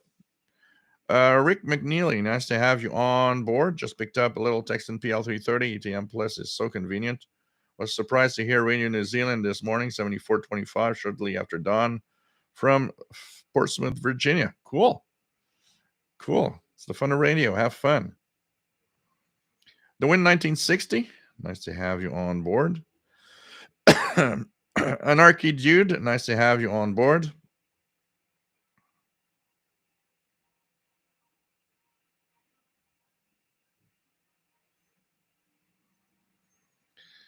The unplugging of a desktop computer, and it can of daily or whatever, is technically shouldn't really hurt a computer. The only thing that actually takes the surge of power when the power is put back is really the power supply. But in general, power supplies are made for that. They shouldn't be, if they get shut down daily and turned on, should be okay. Oh, definitely, you can't depend on streaming all the time because streaming might not work. And in an emergency like hurricanes, don't get internet. You're not going to get internet in a disaster area. Al says, any idea of the release date of the new Ethon Elite Executive HD? No news. We don't know. Maybe never. I have no idea. We have no idea. So we'll see.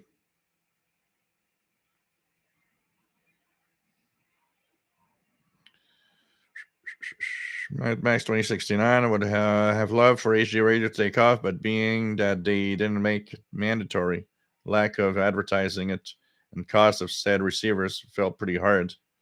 Now they're talking about ATSC 3.0 radio. I think one of the biggest, look at the countries in Europe that have digital. Most of the ones that have digital forced it. Most of the ones that are now totally digital, they just forced it. They decided we are going digital and there's no more signals on the AM or FM band, and that's it. All the countries that made it an option, pretty much all those countries are all failing in the digital transition for radio. Why? Let's face it, people have a radio and it works. For most people, why should I get a new radio? They're not crazy people like us that buy radios every time we see one.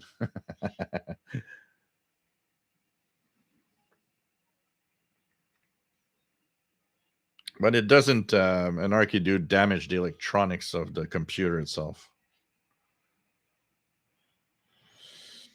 David in Barcelona, nice to have you on board, my friend. EA3IEK, EA4998URE. Division 17, nice to have you on board.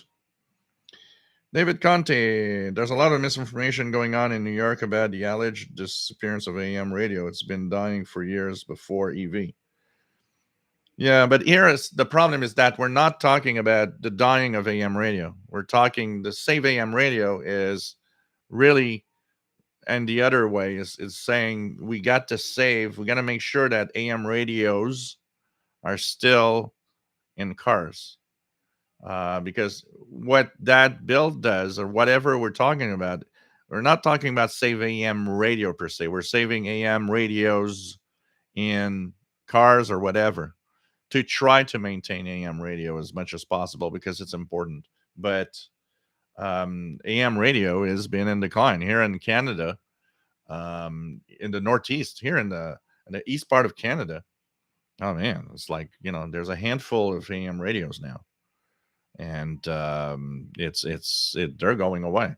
I remember when I was a teenager, I could hear multiple local AM radio stations that were just like in small cities around Montreal. I remember 12 was 1240 in Saint Hyacinthe. There was one in 900 and something in the Laurentian area. There are a lot of little, local AM stations. They all shut down. Now listening to the bands on AM, it's the local big power stations, mostly of Montreal, with a few handful of low powered stations. Outside of Montreal, there's nothing except all you hear is if I go outside of the stations that are in Montreal itself, I'll hear CFRA and on 580, and I think there's another one from Ottawa that I get with old music from oldies or music or something, and a couple from the border, the other side of the border in New York, Vermont State. That's it. I mean, the band is very quiet now.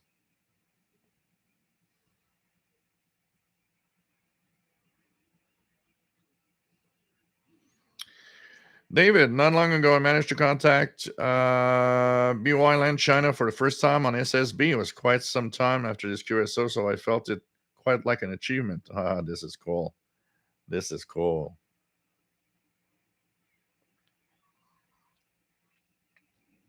Ricardo, nice to have you on board from Portugal. Nice to have you here. Rotten Animal, nice to have you here. Hooked 911, nice to have you here.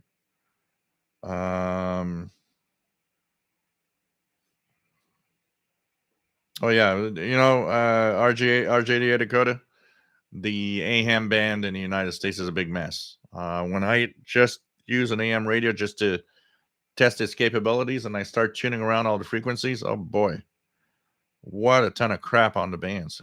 It's crazy.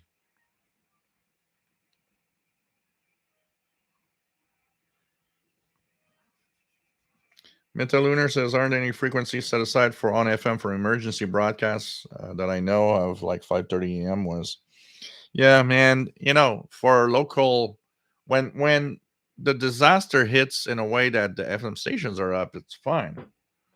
I mean, yeah, you can use that, but like I said, in big disasters, a big earthquake, um, hurricanes. Well, the stations that even could be outside the state affected could broadcast and be heard in the state that's affected. And that's the cool thing about AM propagation, AM radio propagation.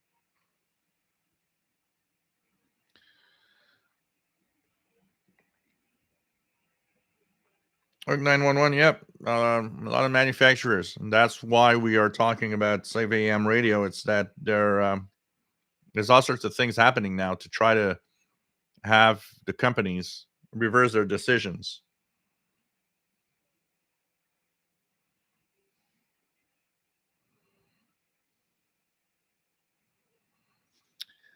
Cool, Greg. Nice to have you here and enjoy the chat on every Saturday. It's fun.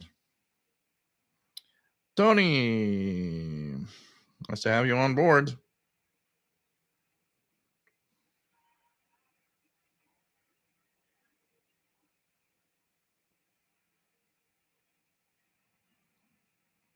Yeah, I don't know. Don't know what's going to happen with that. And definitely there's all the interference stuff.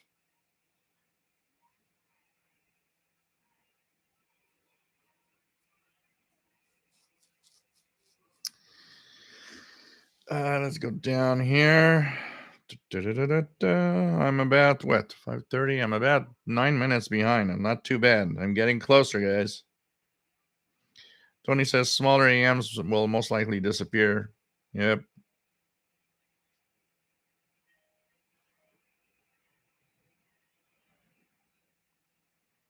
Jeff King, when I asked if I could take photos and videos of Radio Shack in Orlando, the owner was more than happy. Some of the ham outlet stores in Orlando, they love the idea. Yeah, because honestly, it's a promotion. If you take a video of a store, put it on YouTube, what's bad about it? Nothing.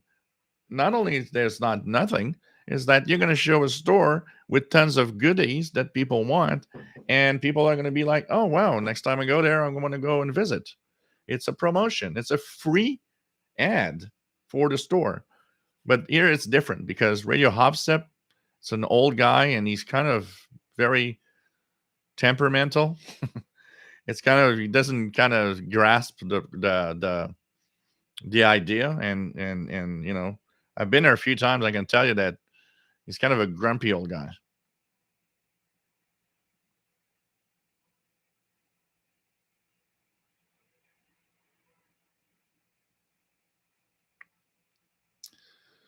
Um,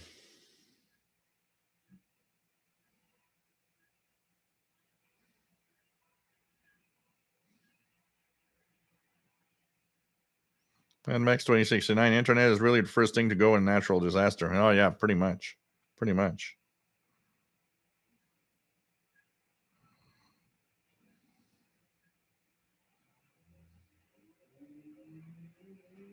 Penny C, I'm curious to check out Radio Hofstep. It would be great if you make a video of the store. I have not been to Village de Valeur in years. Yeah, I've not been there in a long time also.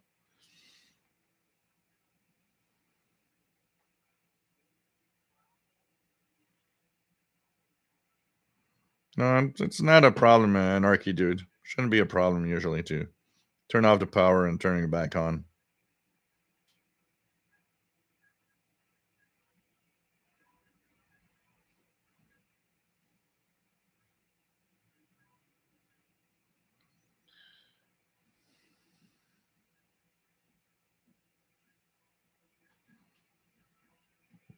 Oh yeah, definitely, Jean Arrache. AM radio in Montreal is horrible, and me and Sheldon, we have a laugh all the time about CJAD 800 with those. We call them the angry phones, which CJAD is kind of I don't know, lost in the past or something.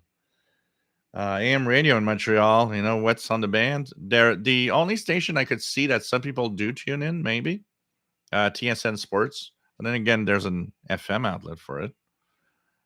Traffic station. I mean, people have their smartphones and their GPS, and often it's like linked to Google, which gives you almost more accurate reports of what's happening in traffic. But yeah, the traffic station. For the rest, I mean, there's some ethnic stations. I know one thing. One thing I have noticed, when you take a taxi. So a lot of the taxis in Montreal are either Haitian community driven. I mean, there's all sorts of communities. I don't want to put one particularly, but by default, when you take a taxi, you have a big chance of having either a Haitian driver or a driver that comes from like Algeria or places like that, the Maghreb area. So what I've noticed is that when you get in a taxi with one of those communities, they actually do tune AM because that's where a lot of their local community stations and their languages. So Asian taxis, I often hear that Asian station, and which is on like 1610 and on. They have a couple of frequencies. They're like jumping around right now. And what was it? A couple of months ago, I took a taxi. The guy was from Algeria, and he was listening to the Arabic station on 1450. So they seem to be, they seem to be listening to their community stations, and it's not just a coincidence of once or twice. It's totally a big chunk of the people in the that I had took a taxi were actually listening to their community stations. So there's certainly some aspect of it. And the reason they're on AM is very simple. There's no more space on the FM band in Montreal, pretty much. But for the rest, who listens to AM? The only times I do AM is to test the radio and see what I can get and how far I can listen to stations or far away I'll get them. Nothing more than that. But the sheer, you know, the AM propagation, the AM band propagation. That's what makes that band important. Um, because a station from far away can stay on the air and be heard quite far from their target listening audience, basically.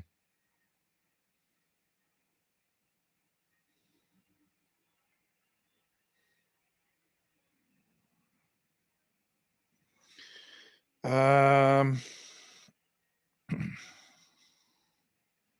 Ricky, just give an example. You're talking about how the internet, even if it works, it's could be extremely stressed out. Just look here. What we a month ago we had our ice storm, and that I didn't have power here for 26 hours. That 26 hours, most of the time, the internet on my smartphone was too slow to be usable. Just an example. Because, oh, yeah, and the internet was working on all the cell towers, but everybody was on their smartphone and tablets trying to hook up to get some internet. So it was really slow. I remember when I uploaded one of the pictures to the official Shortwave group to show you guys the ice on the antenna. Ah, man, I don't know how long it took for the picture to actually upload because the internet was so slow. So definitely. John Beckham, what is primarily on the VHF band from 30,000 to from 30 to 199 megahertz? Quite a lot of things that are surprising to listen to. One of the things I would say, John, if you listen to if there's skip, if 10 meters open, if 10 meters open, start tuning. If you have a radio that's capable, start tuning in narrow FM from 30,000 to 50,000 kilohertz or 30 to 50 megahertz. There's a lot of stations scattered across the US of police, some military, some civil air patrol, all sorts of things. A lot. And I mean, not just a little bit. And good propagation when skip is happening from 30 to 50. If you tune around, you'll hear stuff. Um, there was actually an article not long ago in the Spectrum Monitor with a list of frequencies that are active. And so lots of stuff to hear, to tune around. If not local, sometimes maybe not in your area, when skip's there, you'll hear it come over. I still remember a few years ago scanning 30 to 50 megahertz and hearing a police chase. And I was never able to identify where it was, but from the propagation that I was seeing on the other frequencies, I thought, well, it's either from like Georgia or Texas or somebody somewhere there. But I was hearing the chase. So it's there's a lot of activity still on those frequencies. If not local, when propagation's there. As for higher than that, 50 to 54 megahertz is the 6 meter amateur band. There's a single sideband. There's all sorts of things. Some narrow FM. From 50 to 88 megahertz in that range, it used to be the channels, the TV channels that had that frequency range from 55 to 88. It's channels 2 to 6 were in there. There's also a remote control band in that area for higher end remote control devices. Of course, 88 to 108 FM band in wide FM, 108 to 118, 108 to 136 is the VHF air band. 136 to 174 ish. Then there's the 2 meter amateur band, and 144 to 148. There's all sorts of services that could be using that area. Some police is still heard across certain areas on 155 megahertz. There's a marine band. If you live near, like here, I live in. There's the Port of Montreal. Like I hear a lot of communications on the marine band of VHF, and lots of businesses and different services use that frequency range too.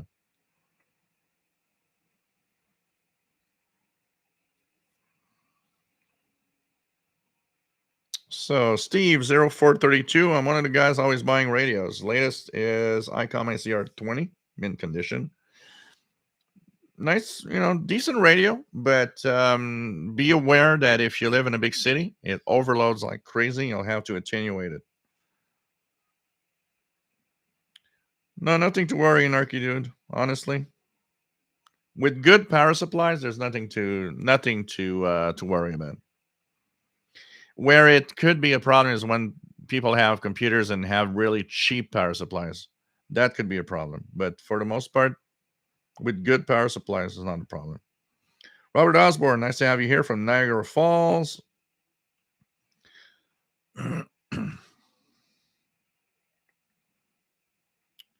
Blackguard I paid 599 US for his realistic DX300 new around 1980.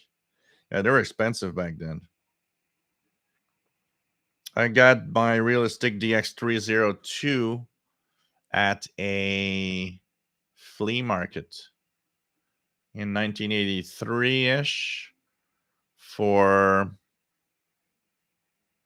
125, I think, used. Sheila, need to pick your brains. Texan PL680. In the evenings, I hear WWCR on 4840, and then when scanning the bands, I will hear Alex Jones again, WWCR, somewhere in the 31 meter band.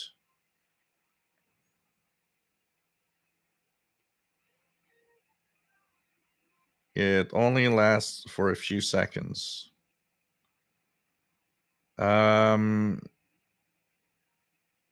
If WWCR on 4840 or even on some other frequencies is very strong, because you live in Ontario, I can tell you that WWCR is strong enough, at least here in southern Quebec, and I would suspect it's probably the same there, that it will sometimes overload a receiver. So I wouldn't be surprised if Texan PL680s overload, and you might hear Alex Jones when the signal of WWCR peaks at its strongest over some other station, like a mixing product or even maybe an image.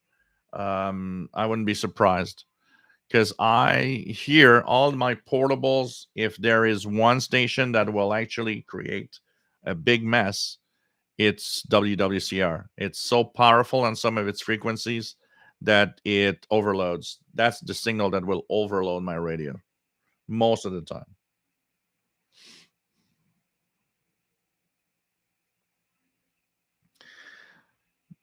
I don't think so. I think chess think that they want to remove AM radios because they know that their cars are so noisy that they just don't want AM to be there because you won't receive much. But I bet you, Sheila, it's an overloading issue.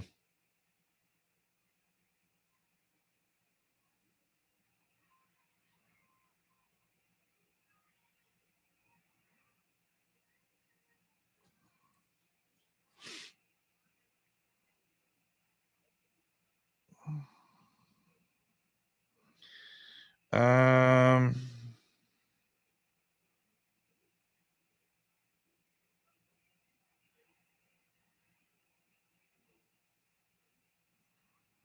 what else do we have? Mickey Delnich, nice to have you here from Smoky Sherwood Park, Alberta. I've been watching Invention. I saw Tom Winterspoon and Brent Taylor. That's usually what we do. We're trying to find see people that we know. Shortwave Archive. Nice to have you here from Colorado. What is there?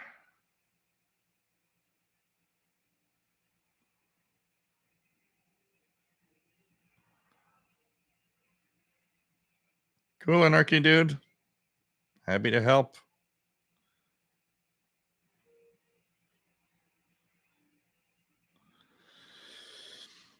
Um, yeah, there's a Blogger Die. Yeah, there's that company that's offering some artificial intelligence made content. Definitely, it it's going to be interesting to see what it sounds like.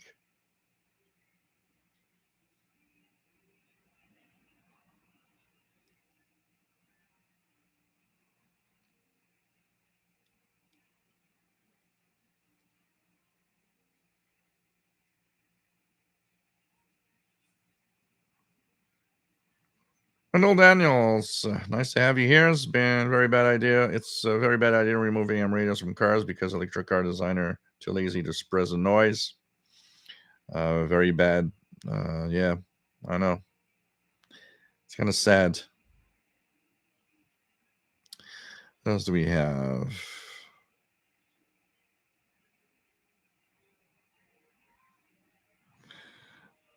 Yeah, like Ricky says, I hope that the don't put crappy radios in there. Jason Sitar.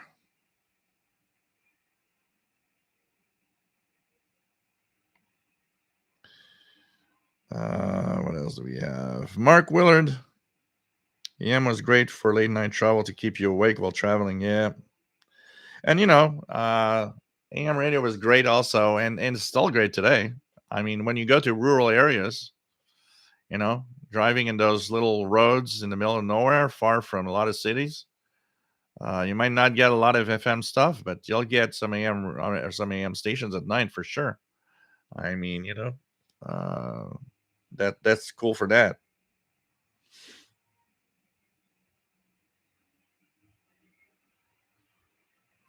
Kevin Michael just ordered a Ethon Elite Executive Satellite Radio. How good it is on the AM? It isn't bad. Honestly, isn't bad. I think it's gonna be fun.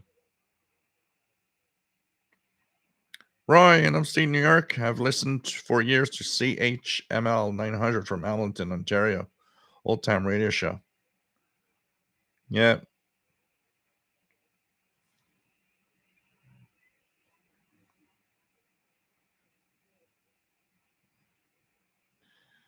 Um, Benny C, I've called the store a while back, and you're right. He was not very friendly. Oh, no, no. Offsep is an old fart. We're not going to say it like that, but we could. I mean, the guy's grumpy, and I remember when I got my passport to World Band Radio.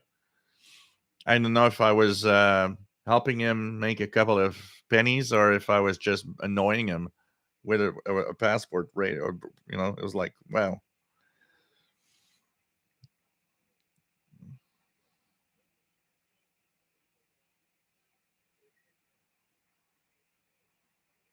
Yeah, Jean Arash, I know. We've talked about it a few times. It's like it's on its last leg. It's like it's just not doing what it should to maintain its license. Look, if you're not capable of maintaining your license, go away.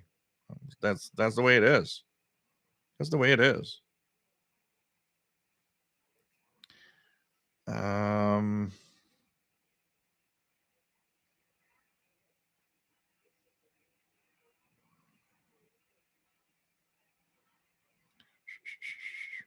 Penny C, SKUT 93.3 FM is decent depending on time you listen, especially at 10:30 a.m. on Sunday morning. Radio Kit, CFRX has a shortwave translator of 6070. That's better than FM. Yeah, but I don't think a lot of FM AM stations want to add a shortwave side to it for sure.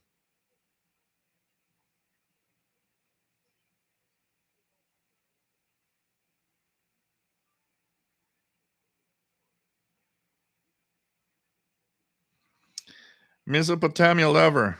Yeah, the best is get get a small, very small. Today you get those really small recorders and record with something outside of the radio. But definitely, it's like those SD card slots in the Texan.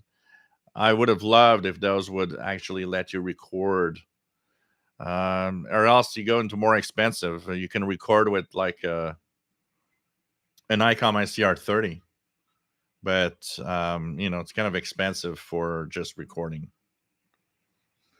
Kind of love that feature of my Yaesu FTDX10 though. I've been recording a lot of things, and kind of love the fact that it is.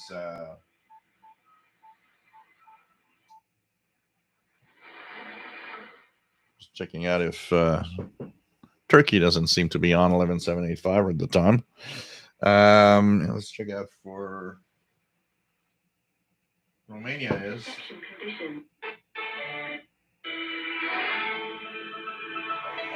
So Radio Romania 11800 in English, pretty strong right now.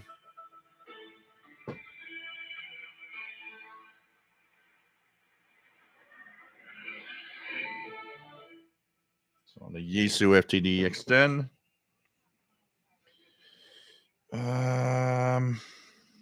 Kevin Michael, been trying to DX the FM band using the Uniden Burkhead X15 for this. Can't wait for eSkip to start.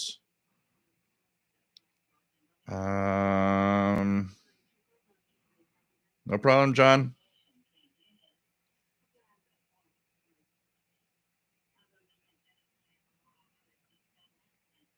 The Cuban number was heard not that long ago. Let's check it out. Isn't it supposed to be on like now? Something like that.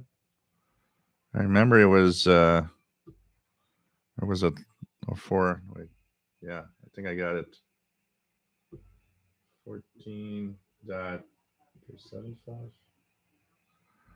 Thought there was one frequency that was maybe on right now.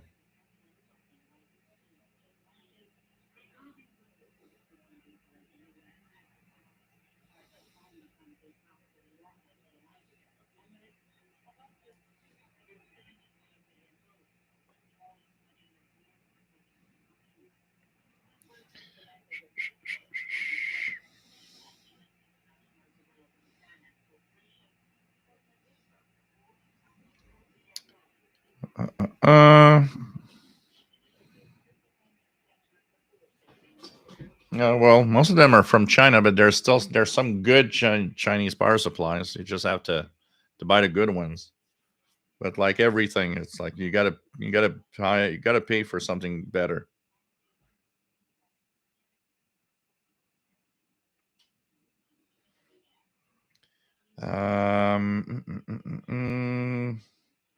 Yeah, well, I saw the pictures of the new Ratty RF 720. It looks interesting, but I haven't made the jump to buy one.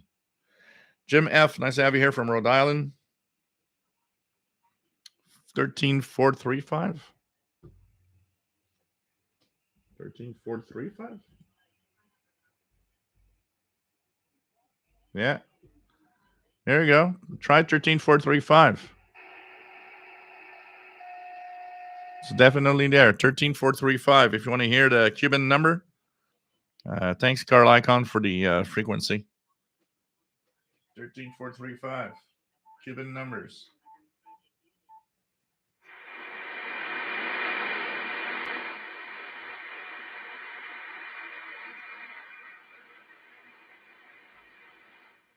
You see, that is interesting. That's a frequency that I actually am getting better on the MLA30.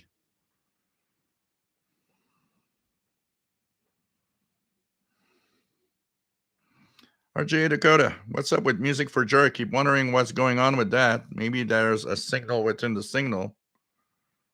Well, I heard a very weak carrier.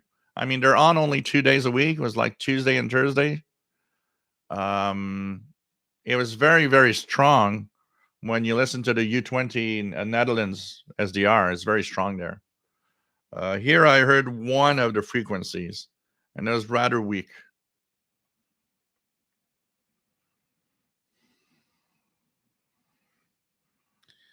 Vianney Arsenault, nice to have you here. Bonjour et bienvenue. Oh, definitely. There are a lot of places where it's like here. Move out of Montreal and start going up north. And I'm gonna tell you, you're gonna get, especially where it starts getting with all the Laurentian mountains. When the mountainous areas arrive, FM, there's not a lot of stuff on FM, I can tell you that.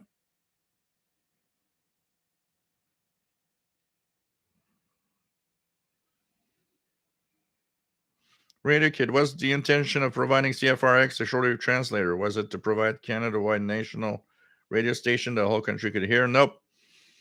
It's meant to give out the news and current events of what's happening in Toronto to workers that are working up north in Ontario. So in the northern parts of Ontario, you won't get any radio stations there. So CFRX has that transmitter for the northern Ontario um, people that come from Toronto or the south of Ontario and that work north. So, and that was the purpose of most of the shortwave stations that happened back in the day, like CFCX here in Montreal, the CFCF station on 600 at 6,005 kilohertz back in the 80s and 70s. Also for people that were in northern Quebec, workers and stuff like that. So you'd get the news from what's happening in your hometown or your area. This is the purpose of that CFRX signal. Mike WX50, nice to have you on board from Northwest Arkansas. Richard Califano, nice to have you here from Albany, New York. WA2157SWL. Lots to listen on shortwave at night. Miss the days of going into Radio Shack and the thrill of buying a radio. Yep. Radio Shack. Like we often say, how many of us started the hobby because of Radio Shack?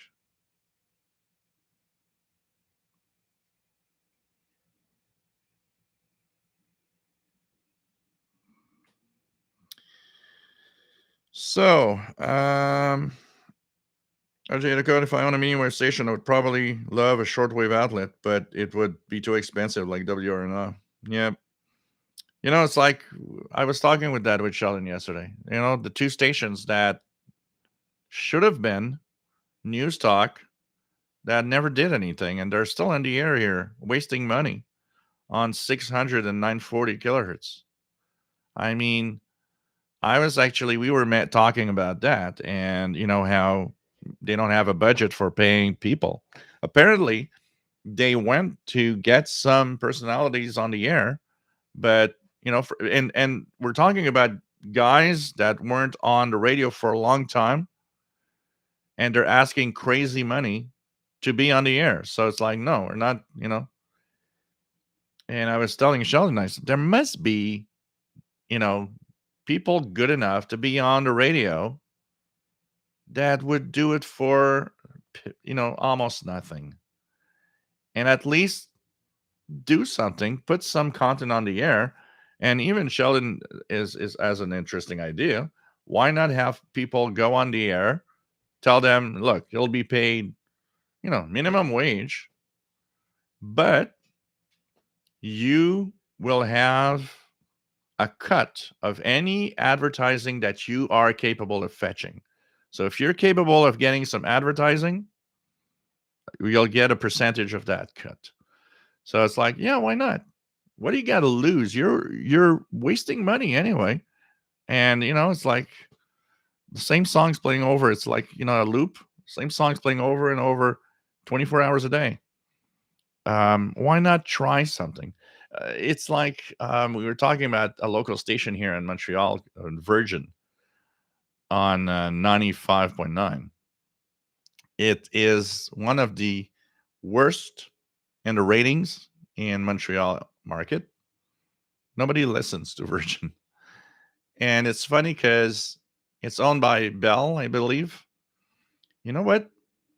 I was telling Sheldon, I said, how can you keep a station on the air playing the same thing as others that isn't popular? Why don't you just, you're losing money, nobody's there, and advertising is probably really bad.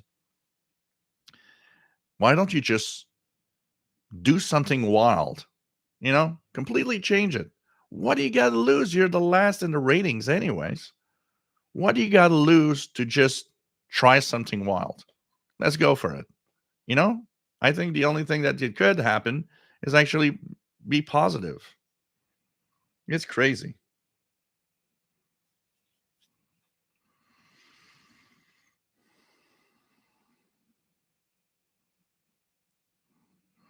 Kevin Michael, I had Passport to World Band Radio back in 1980s. Also, World Radio TV Handbook that I got for my birthday from my dad. I wish I still had these books.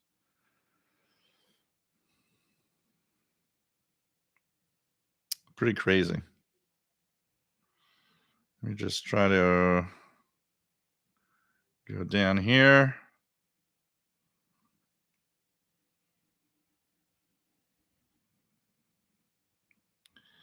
Always has to be some of those idiots on the repeaters, eh, man, Max?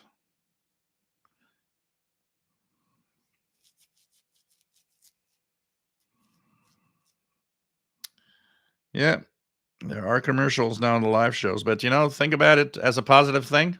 It's uh, it's money for me. So there's the good part of it.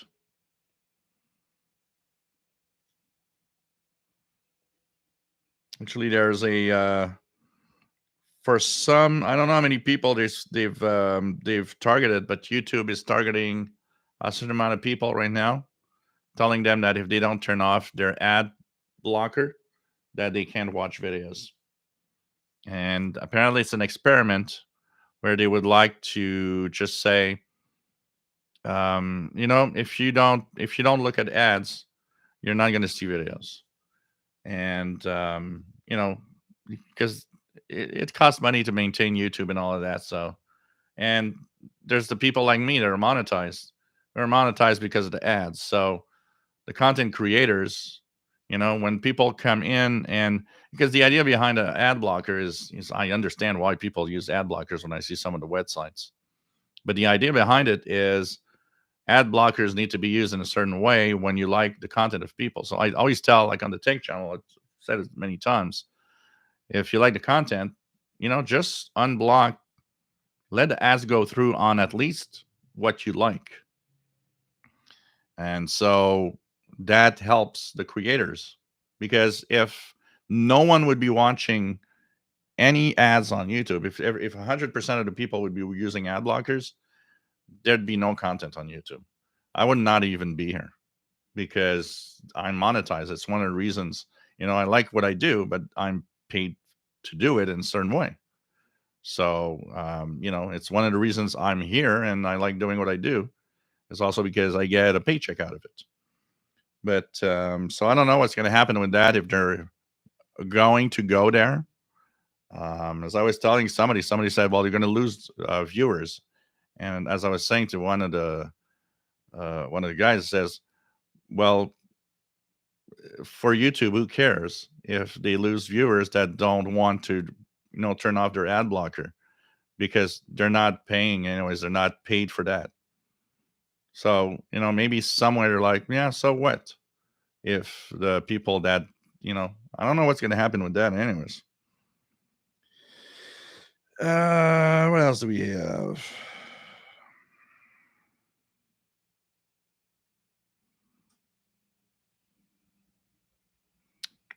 Anthony France, my first shortwave radio in the 90s was a DX390. Love that radio. Kevin Michael, CBC North. Yep. CBC Northern Quebec service. That was which was one of the last things to go. It was pretty crazy.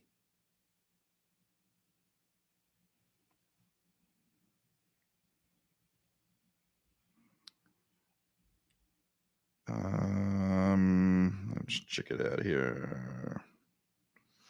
Yeah, Keegan the Extra. There were 2 Radio Shack locations here in Northwest Arkansas, one Fayetteville and the other in Siloam Springs. And says closed in April 2022. Chastank, if I had no money, even if I had no money, still love to go to. I would do that all the time when I was a teenager. Half the time I didn't have any pennies to anything to buy, but I just go in and look at the stuff. Think about my next purchase. Look at the stuff and it's like, that's cool. That's nice.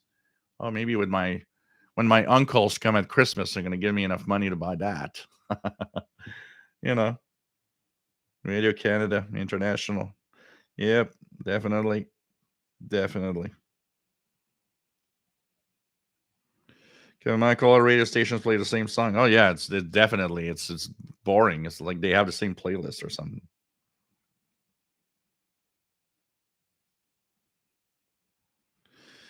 Um, what else do we have? So we got all of that in 2020. No, I miss I miss the Radio Shack, definitely. That was the fun. I got a Addison Electronics here, which is a surplus electronics store, which is different. It was, Radio Shack was its thing. It had radios and stuff, and that Addison Electronics, which was also close to me and still is open, is more for parts and like any electronics guy was going there for all sorts of things and parts that were cheap compared to the Radio Shack. But it's a different thing. They're not the same type of store. Radio Shack was bringing us a, um, you know, with the consumer electronics they would sell, but they'd sell tons of gadgets and shortwave radios and all sorts of other things with it, which was kind of nice.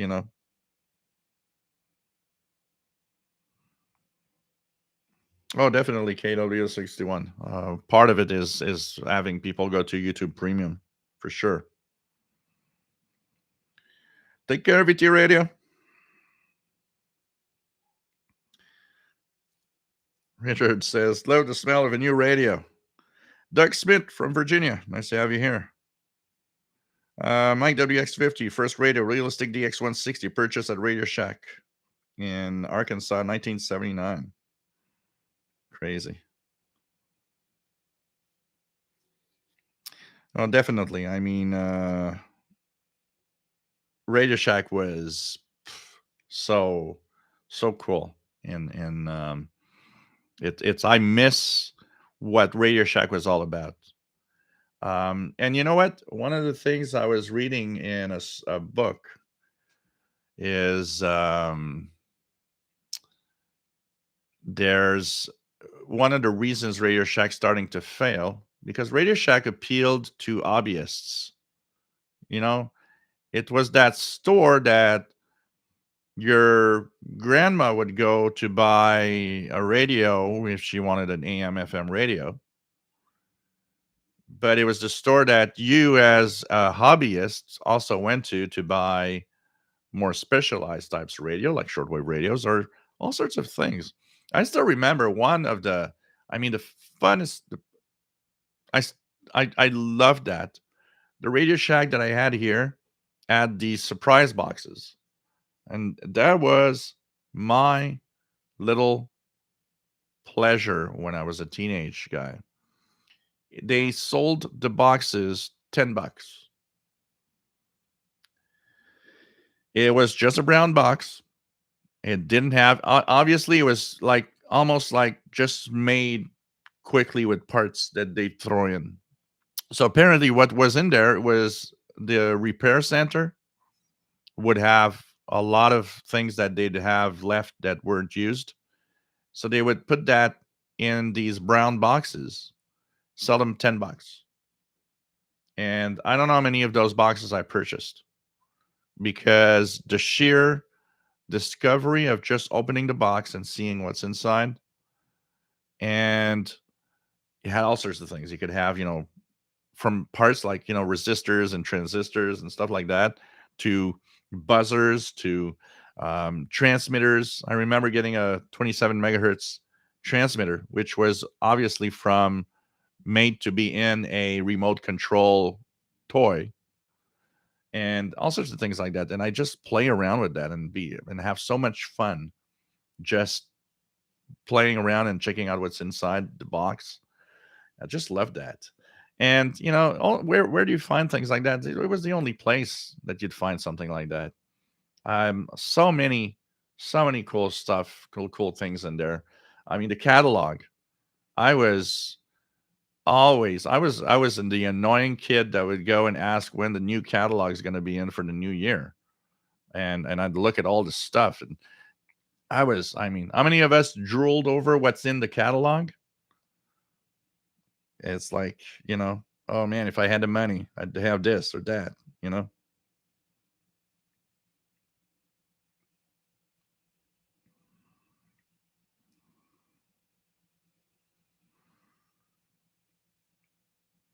And Max 369, my mother would always, went to Radio Shack to buy me Christmas presents, mainly radio-controlled cars. Oh, yeah, that was a place to go. Yep, Battery of the Month Club, definitely. We all went there. I'd get my 9-volt battery every month.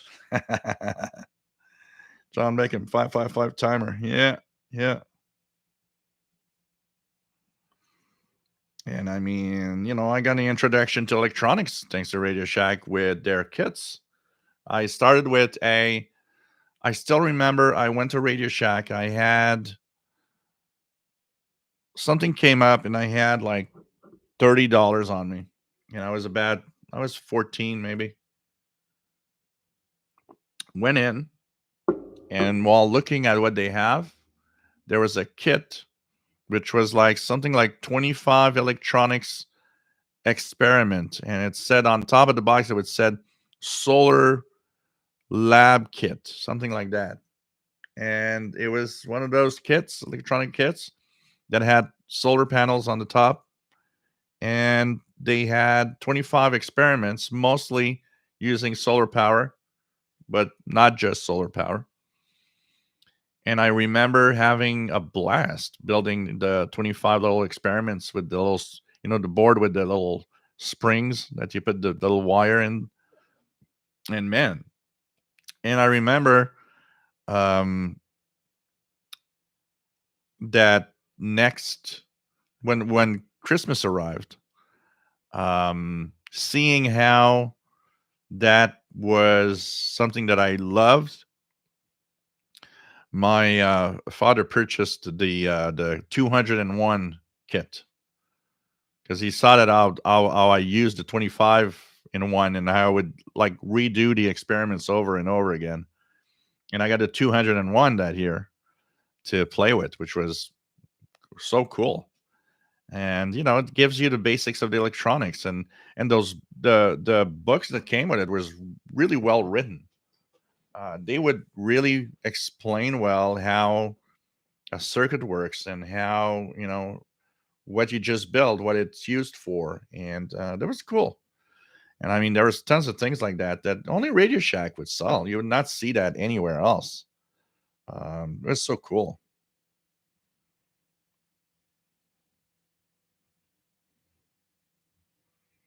À la prochaine, TVD Exter. Battery Demand Club. Yes, definitely. Jenny Esteno says, yes, Radio Shack catalog was the first command. Two portable radios, 14, channel 14 CB.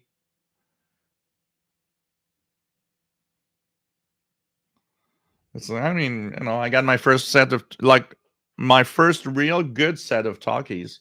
I had my first set of walkie talkies. I was maybe 11 or 12. It was a box that my brother, I believe, my brother was making. Was making. I think my brother was leaving the home. Was leaving home, and he had to throw away stuff, and he came up with a box. It says, I think that's going to interest you. Two boxes, actually, in fact. One, and it was a perfectly like new set of walkie talkies, which were on channel 14, but they were pretty advanced. They had 3 channel possible. The brand was Fahon, Fahon, and they had like a little red button that you could do Morse code. Also, there's a beeper inside. When you switched, you could send Morse code with that button for the press to talk. Um, and the second one was a tape recorder, not a boombox or anything. The table tape recorder that you put a tape in, and that is just there. It's not meant to record music or anything. It's just meant to record and whatever voice or whatever. It was not a radio or anything. It was just a tape recorder. And boy, I used that tape recorder and listened to tapes and recorded tapes with it so many times. I'd put the tape recorder next to a small radio and just record music off the radio before I had my first boombox. And but after that, when I got my first pair of really good talkies that were better than the others, as me and actually, it's not even a pair. I had one because me and my best friend, we actually agreed, hey, how about we buy each one, we buy a talkie so we can talk with each other because he was living about 3 streets from me. So I thought maybe we could make it, instead of because what would happen in the 80s? If you'd got on the phone, then your mom would go crazy because you'd always be on the phone. And so, I would call my friend and sometimes we'd be on the phone for a couple of hours and then my mom would go crazy because we were on the phone all the time. So I thought, hey, instead of being on the phone, let's talk with the talkies. We could, each get one, so we'll talk together. And that's what happened. We each bought one, and man, I don't know how many months we talked and talked and talked using the talkies. It was the signal was just good enough that it was okay. It worked. And of course, that was my first introduction to Skip. I had no idea what Skip was until we got those. And that one day we couldn't talk to each other because all I heard was row, row, row, row, row. You know how the way it sounds on channel 6, the Super Bowl channel? It sounded like that on channel 13. And it was so powerful that we couldn't even talk to each other 3 streets away. And I remember going crazy and saying, who's the guy interfering with? I had no idea what it was. I didn't even know that. It didn't even cross my mind that I might be hearing something that came from, south, like the south of the United States or what. I had no idea what Skip was. I learned what Skip was the day I got my realistic DX100. That day, when I got the realistic DX100 and I went up to the CB band, that's when I heard all of that. And plus the manual explaining a little bit of what all of the what it all is about opened my mind and my eyes to, oh, look at that. Okay, that's what I was hearing. That was the annoying interference on my talkies. Skip. So but it was a lot of fun. And then we invested in I remember because of Skip, we invested in buying crystals so that we had more than one channel because there were 3 channel talkies and there were 1 watts. I still remember 1 watt. I have mine still here. 1 watt. And then I got a 3 watt version. The same ones that you see in if you've watched Stranger Things, I got the exact same talkies that they have in Stranger Things in my radios here. It's like my nephew came one day and was looked at it and said, "Oh, look at that, Stranger Things walkie talkies." So, oh man, so many good memories of all of that back in the day. So many good memories. Dang.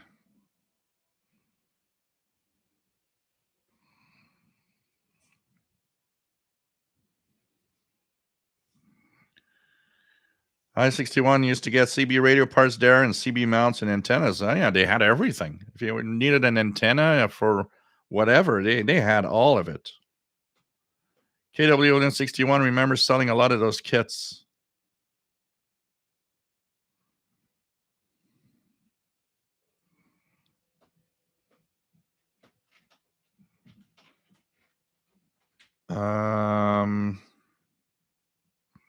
John Beckham, some people used to get upset when a Radio Shack employee would ask them for their home address.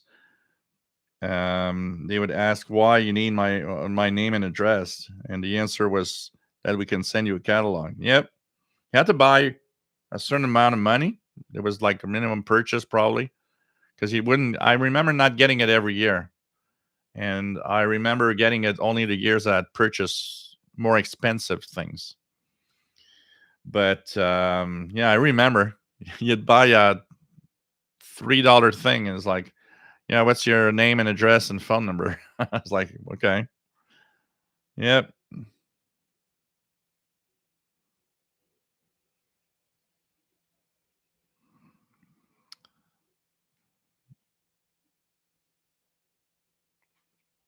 Relaxing ASMR. Nice to have you here. Yeah. Glenn Danzler, Radio Shack, and Heat Kit were the greatest thing for me. There are the things that started me on my way to my doctorate in physics. Cool.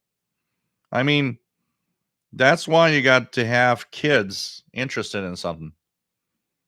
Why are we doing things today that for a lot of us, why do we work at doing things today that we are doing? Like, why am I here? Why am I here? Well, I'll start with all of that. Without that beginning, I wouldn't be here talking about radios and stuff like that today. I wouldn't have my ham radio license probably. Um, I mean, it's all of that, and that's why you got to interest kids in a lot of stuff. Um, I was telling a friend of mine, he was thinking about the future of his own kids, and I was telling him because he was, I guess, I don't have kids, but I guess as a parent, of course, you must be, kind of thinking a little worried about the future of your kids. What are my kids going to do when they grow up? You know, are going to be are they going to be decent people? And the best way to answer yes to this is to have them interested and occupy them with a lot of stuff. So the more they have stuff to do, the less they have time for maybe getting in trouble. I know in my case, it is totally true. Shortwave radio probably was a very good thing because of the complexity of my teenage years and the way it was at home for a while. The shortwave radio, writing to stations, getting correspondence, all of that, plus playing with electronics and the computer like the Commodore, it kept me from probably doing very dumb things at one point because I had I had something to do.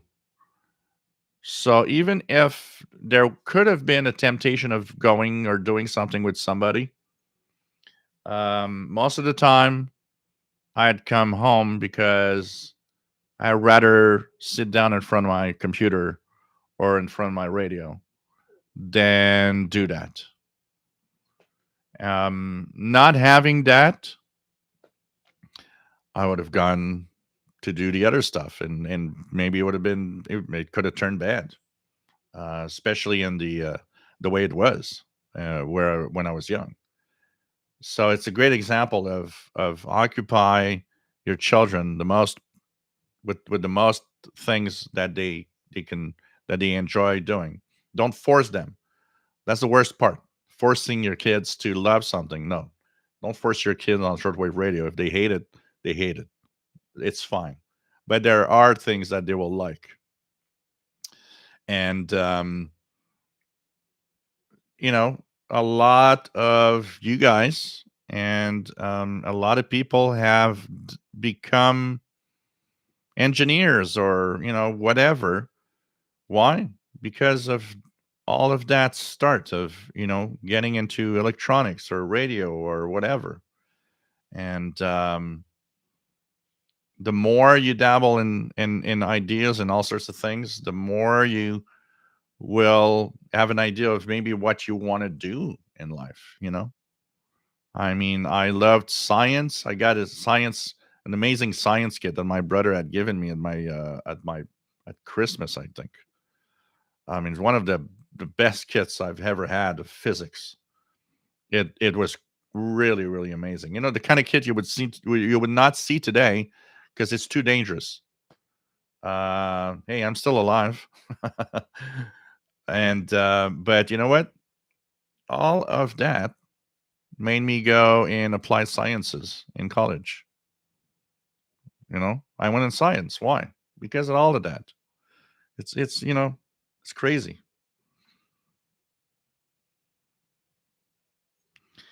JK, nice to have you here. I might have lost a few pounds, but I still have the big belly to lose. Nice to have you here.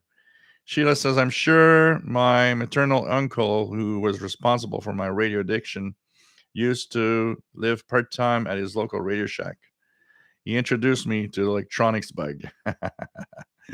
Yeah, it comes from somewhere, hey? King in the Extra used to have Radio Shack brand tape recorder since 2008 and recorded shortwave, usually WWV, WWVH. Radio Kid, when I had a CB bass antenna on mom's house, I did a crystal radio on the Radio Shack 201 kit hooked up to the antenna. It was wall to wall Radio Canada International and over everything else.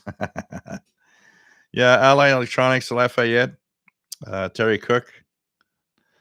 I remember.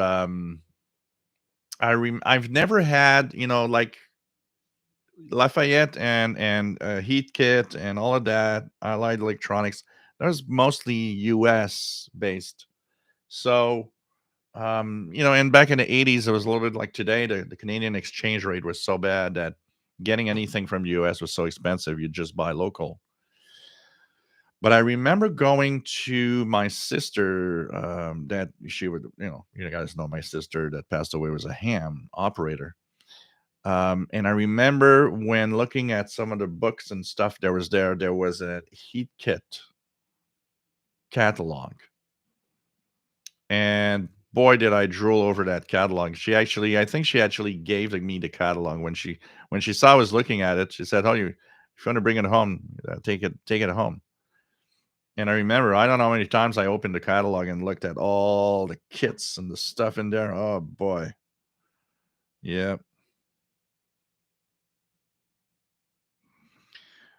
Well, it worked. 20-30% in advertising. It worked. People were. I mean, I remember Christmas time at Radio Shack. Boy, was it hard to get service. It was crazy. Today you go to here we have what the Radio Shack, the exact location of the Radio Shack today looks like a Radio Shack in a way because it's it was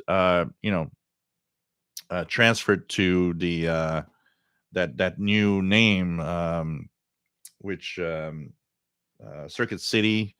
What was it? It was Radio Circuit City thing. And now it's like it still looks, but it's not Radio Shack. They sell TVs and the insides have a feel of Radio Shack of the day, but it's missing all the stuff that's cool. Um, all the stuff that's cool. You know.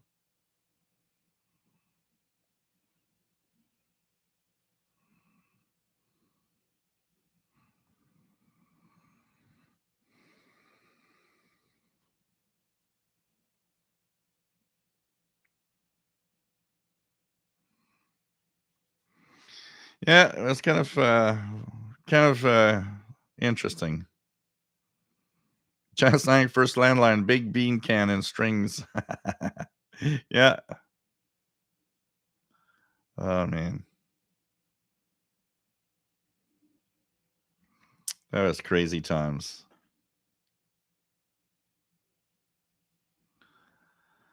Yeah, the good old days. The good old days of radio and beginning.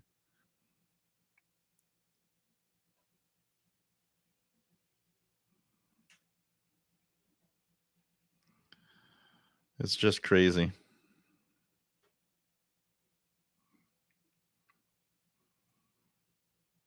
Graham Fawcett. Other than sports, today's activities are too often passive, not active, like getting involved in lifelong hobby.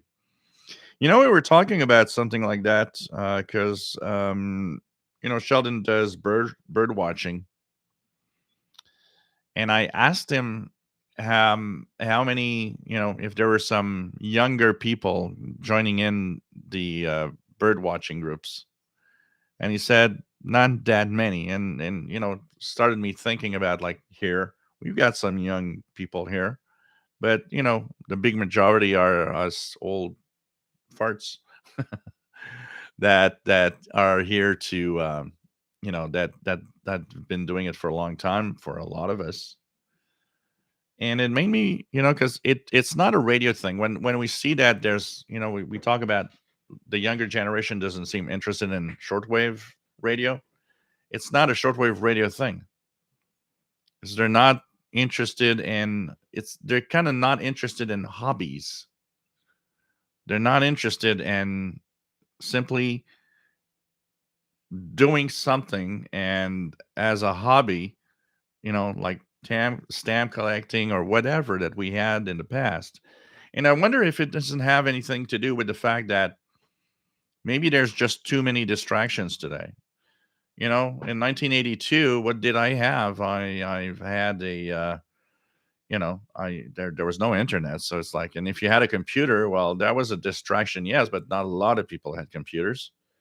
And there was radio, and then there was TV, and but for the most part, the amount of distractions around us were maybe lower.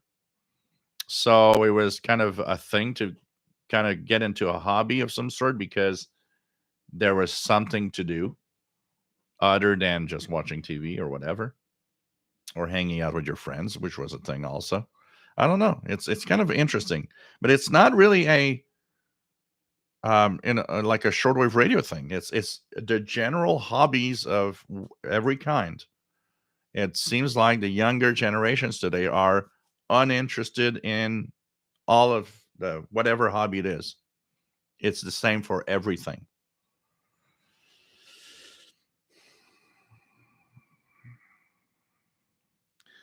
61 is the Commodore 64 computer with a floppy disk Ghostbuster game. You know what? I played that game last week. I got my Commodore here. I played that game last week. Still fun to play. Chastang, my dad gave me a group of old field phones and a roll of phone wire.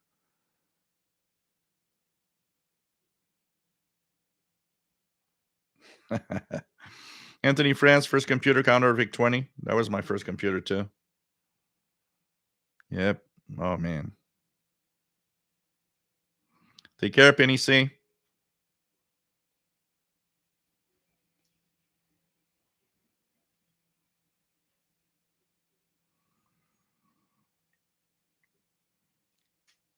Chris G7 VEO, Revenge of the Mutant Camels. Oh, I'm gonna have to check for that. I've never played that game.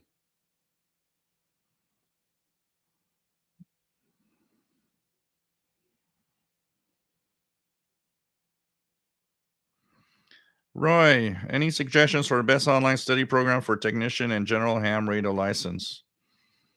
You know what? The best to do is depending. I don't know where you live, Roy, but depending on where you live, contact your local ham club and ask them what they would recommend. They're going to give you a suggestion of what books they might actually, would be good for you, or online books or paper books.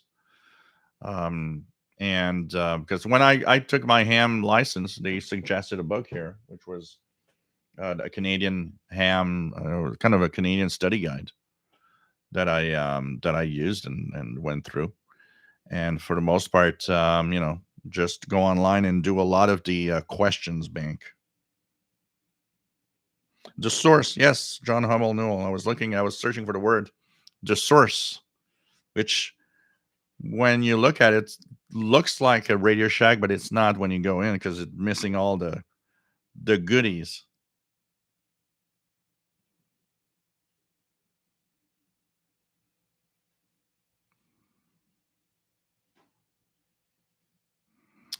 Yeah, the source now, Ricky, is pretty much what it is. That what they are now. Yeah.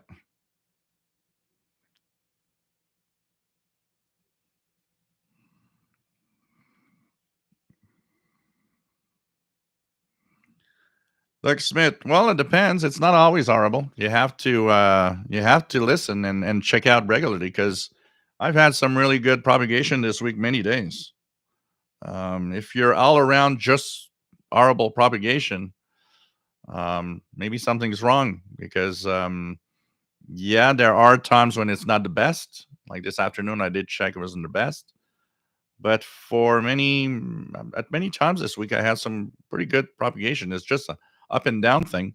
Remember that we're in the uptick of solar activity, solar flares, and a lot of disturbances are part of high solar activity. So it's part of the game. But very often, you got to check regularly to see what's up there. Like Radio Romania was coming in like a ton of brick. Probably still is. Kind of shows me that propagation probably isn't that bad. Yeah. Propagation right now is actually not bad.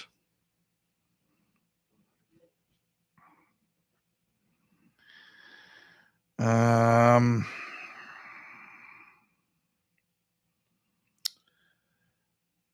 so it's kind of fun. Anyways, one thing that I wanted to add today was also the the observations that I had, which was so interesting with my MLE30 and my NFED in the back. It's obvious that on some frequencies, my NFED is so good compared to, especially at higher frequencies.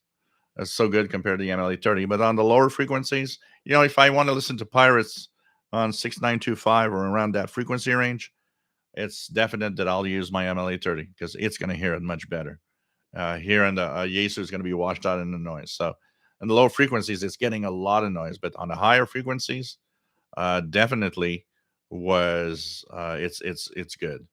But it's kind of interesting. That's why maybe having more than one antenna sometimes is not a bad idea for that purpose, and that shows that the MLA 30 is good, but it has its limits, and in low noise environments, yep, 50 feet or 100 feet of wire will probably blow it away.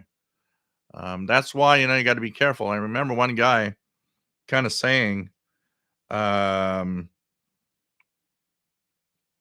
that the MLE 30 was a piece of crap because their dipole was better, and it's because you don't understand what it is. It's not a piece of crap. It's a good antenna, and of course, in low noise, your dipole beats it. It's normal. It's much longer. It gets much more signals than a simple little loop. But if you lived in a place where it was very noisy, you'd see that your dipole would not be good compared to MLE 30. Why? Because the MLE 30, and because it's a magnetic loop, has less noise, and because of that, you're actually able to get signals that you're not able to get on the dipole. It's the same with my NFED. My NFED gets better frequencies on the upper part, but in the bottom part, my MLE 30 kills it because my MLE 30 does get better signals than the NFED on the because of the noise level. So it's all a question of using it, but it was kind of interesting to see all of this, um, for sure. So hey guys, we've been on for 2 hours and 50 minutes almost. I want to thank you guys for being here. We had another good run today. I'm going to go and have some pizza. Thanks guys for being here. It's always fun, and thank you for um, your continued interest in all that I say and all that I do. I'll try to post more videos this week, lots of stuff. Of course, as you see, I haven't taken this away because I've been using it a lot. The Westinghouse International old tube radio here still works great, but it's kind of cool to have all of this. So those that are CIDX members, just out of curiosity, if I know some of you are, Zoom meeting is tomorrow for CIDX members. So Canadian International DX Club. We monthly Zoom is tomorrow, so I should be there. So don't forget for those, because I remember last time I said it and somebody said, "Oh, thank you." I was about to forget. So join us tomorrow if you're a CIDX member for the Zoom meeting. And for the rest, we'll be back. I'll be back next Saturday at 20 hours Universal Time. So take care, guys. See you next Saturday. Have a great time. Listen to that radio.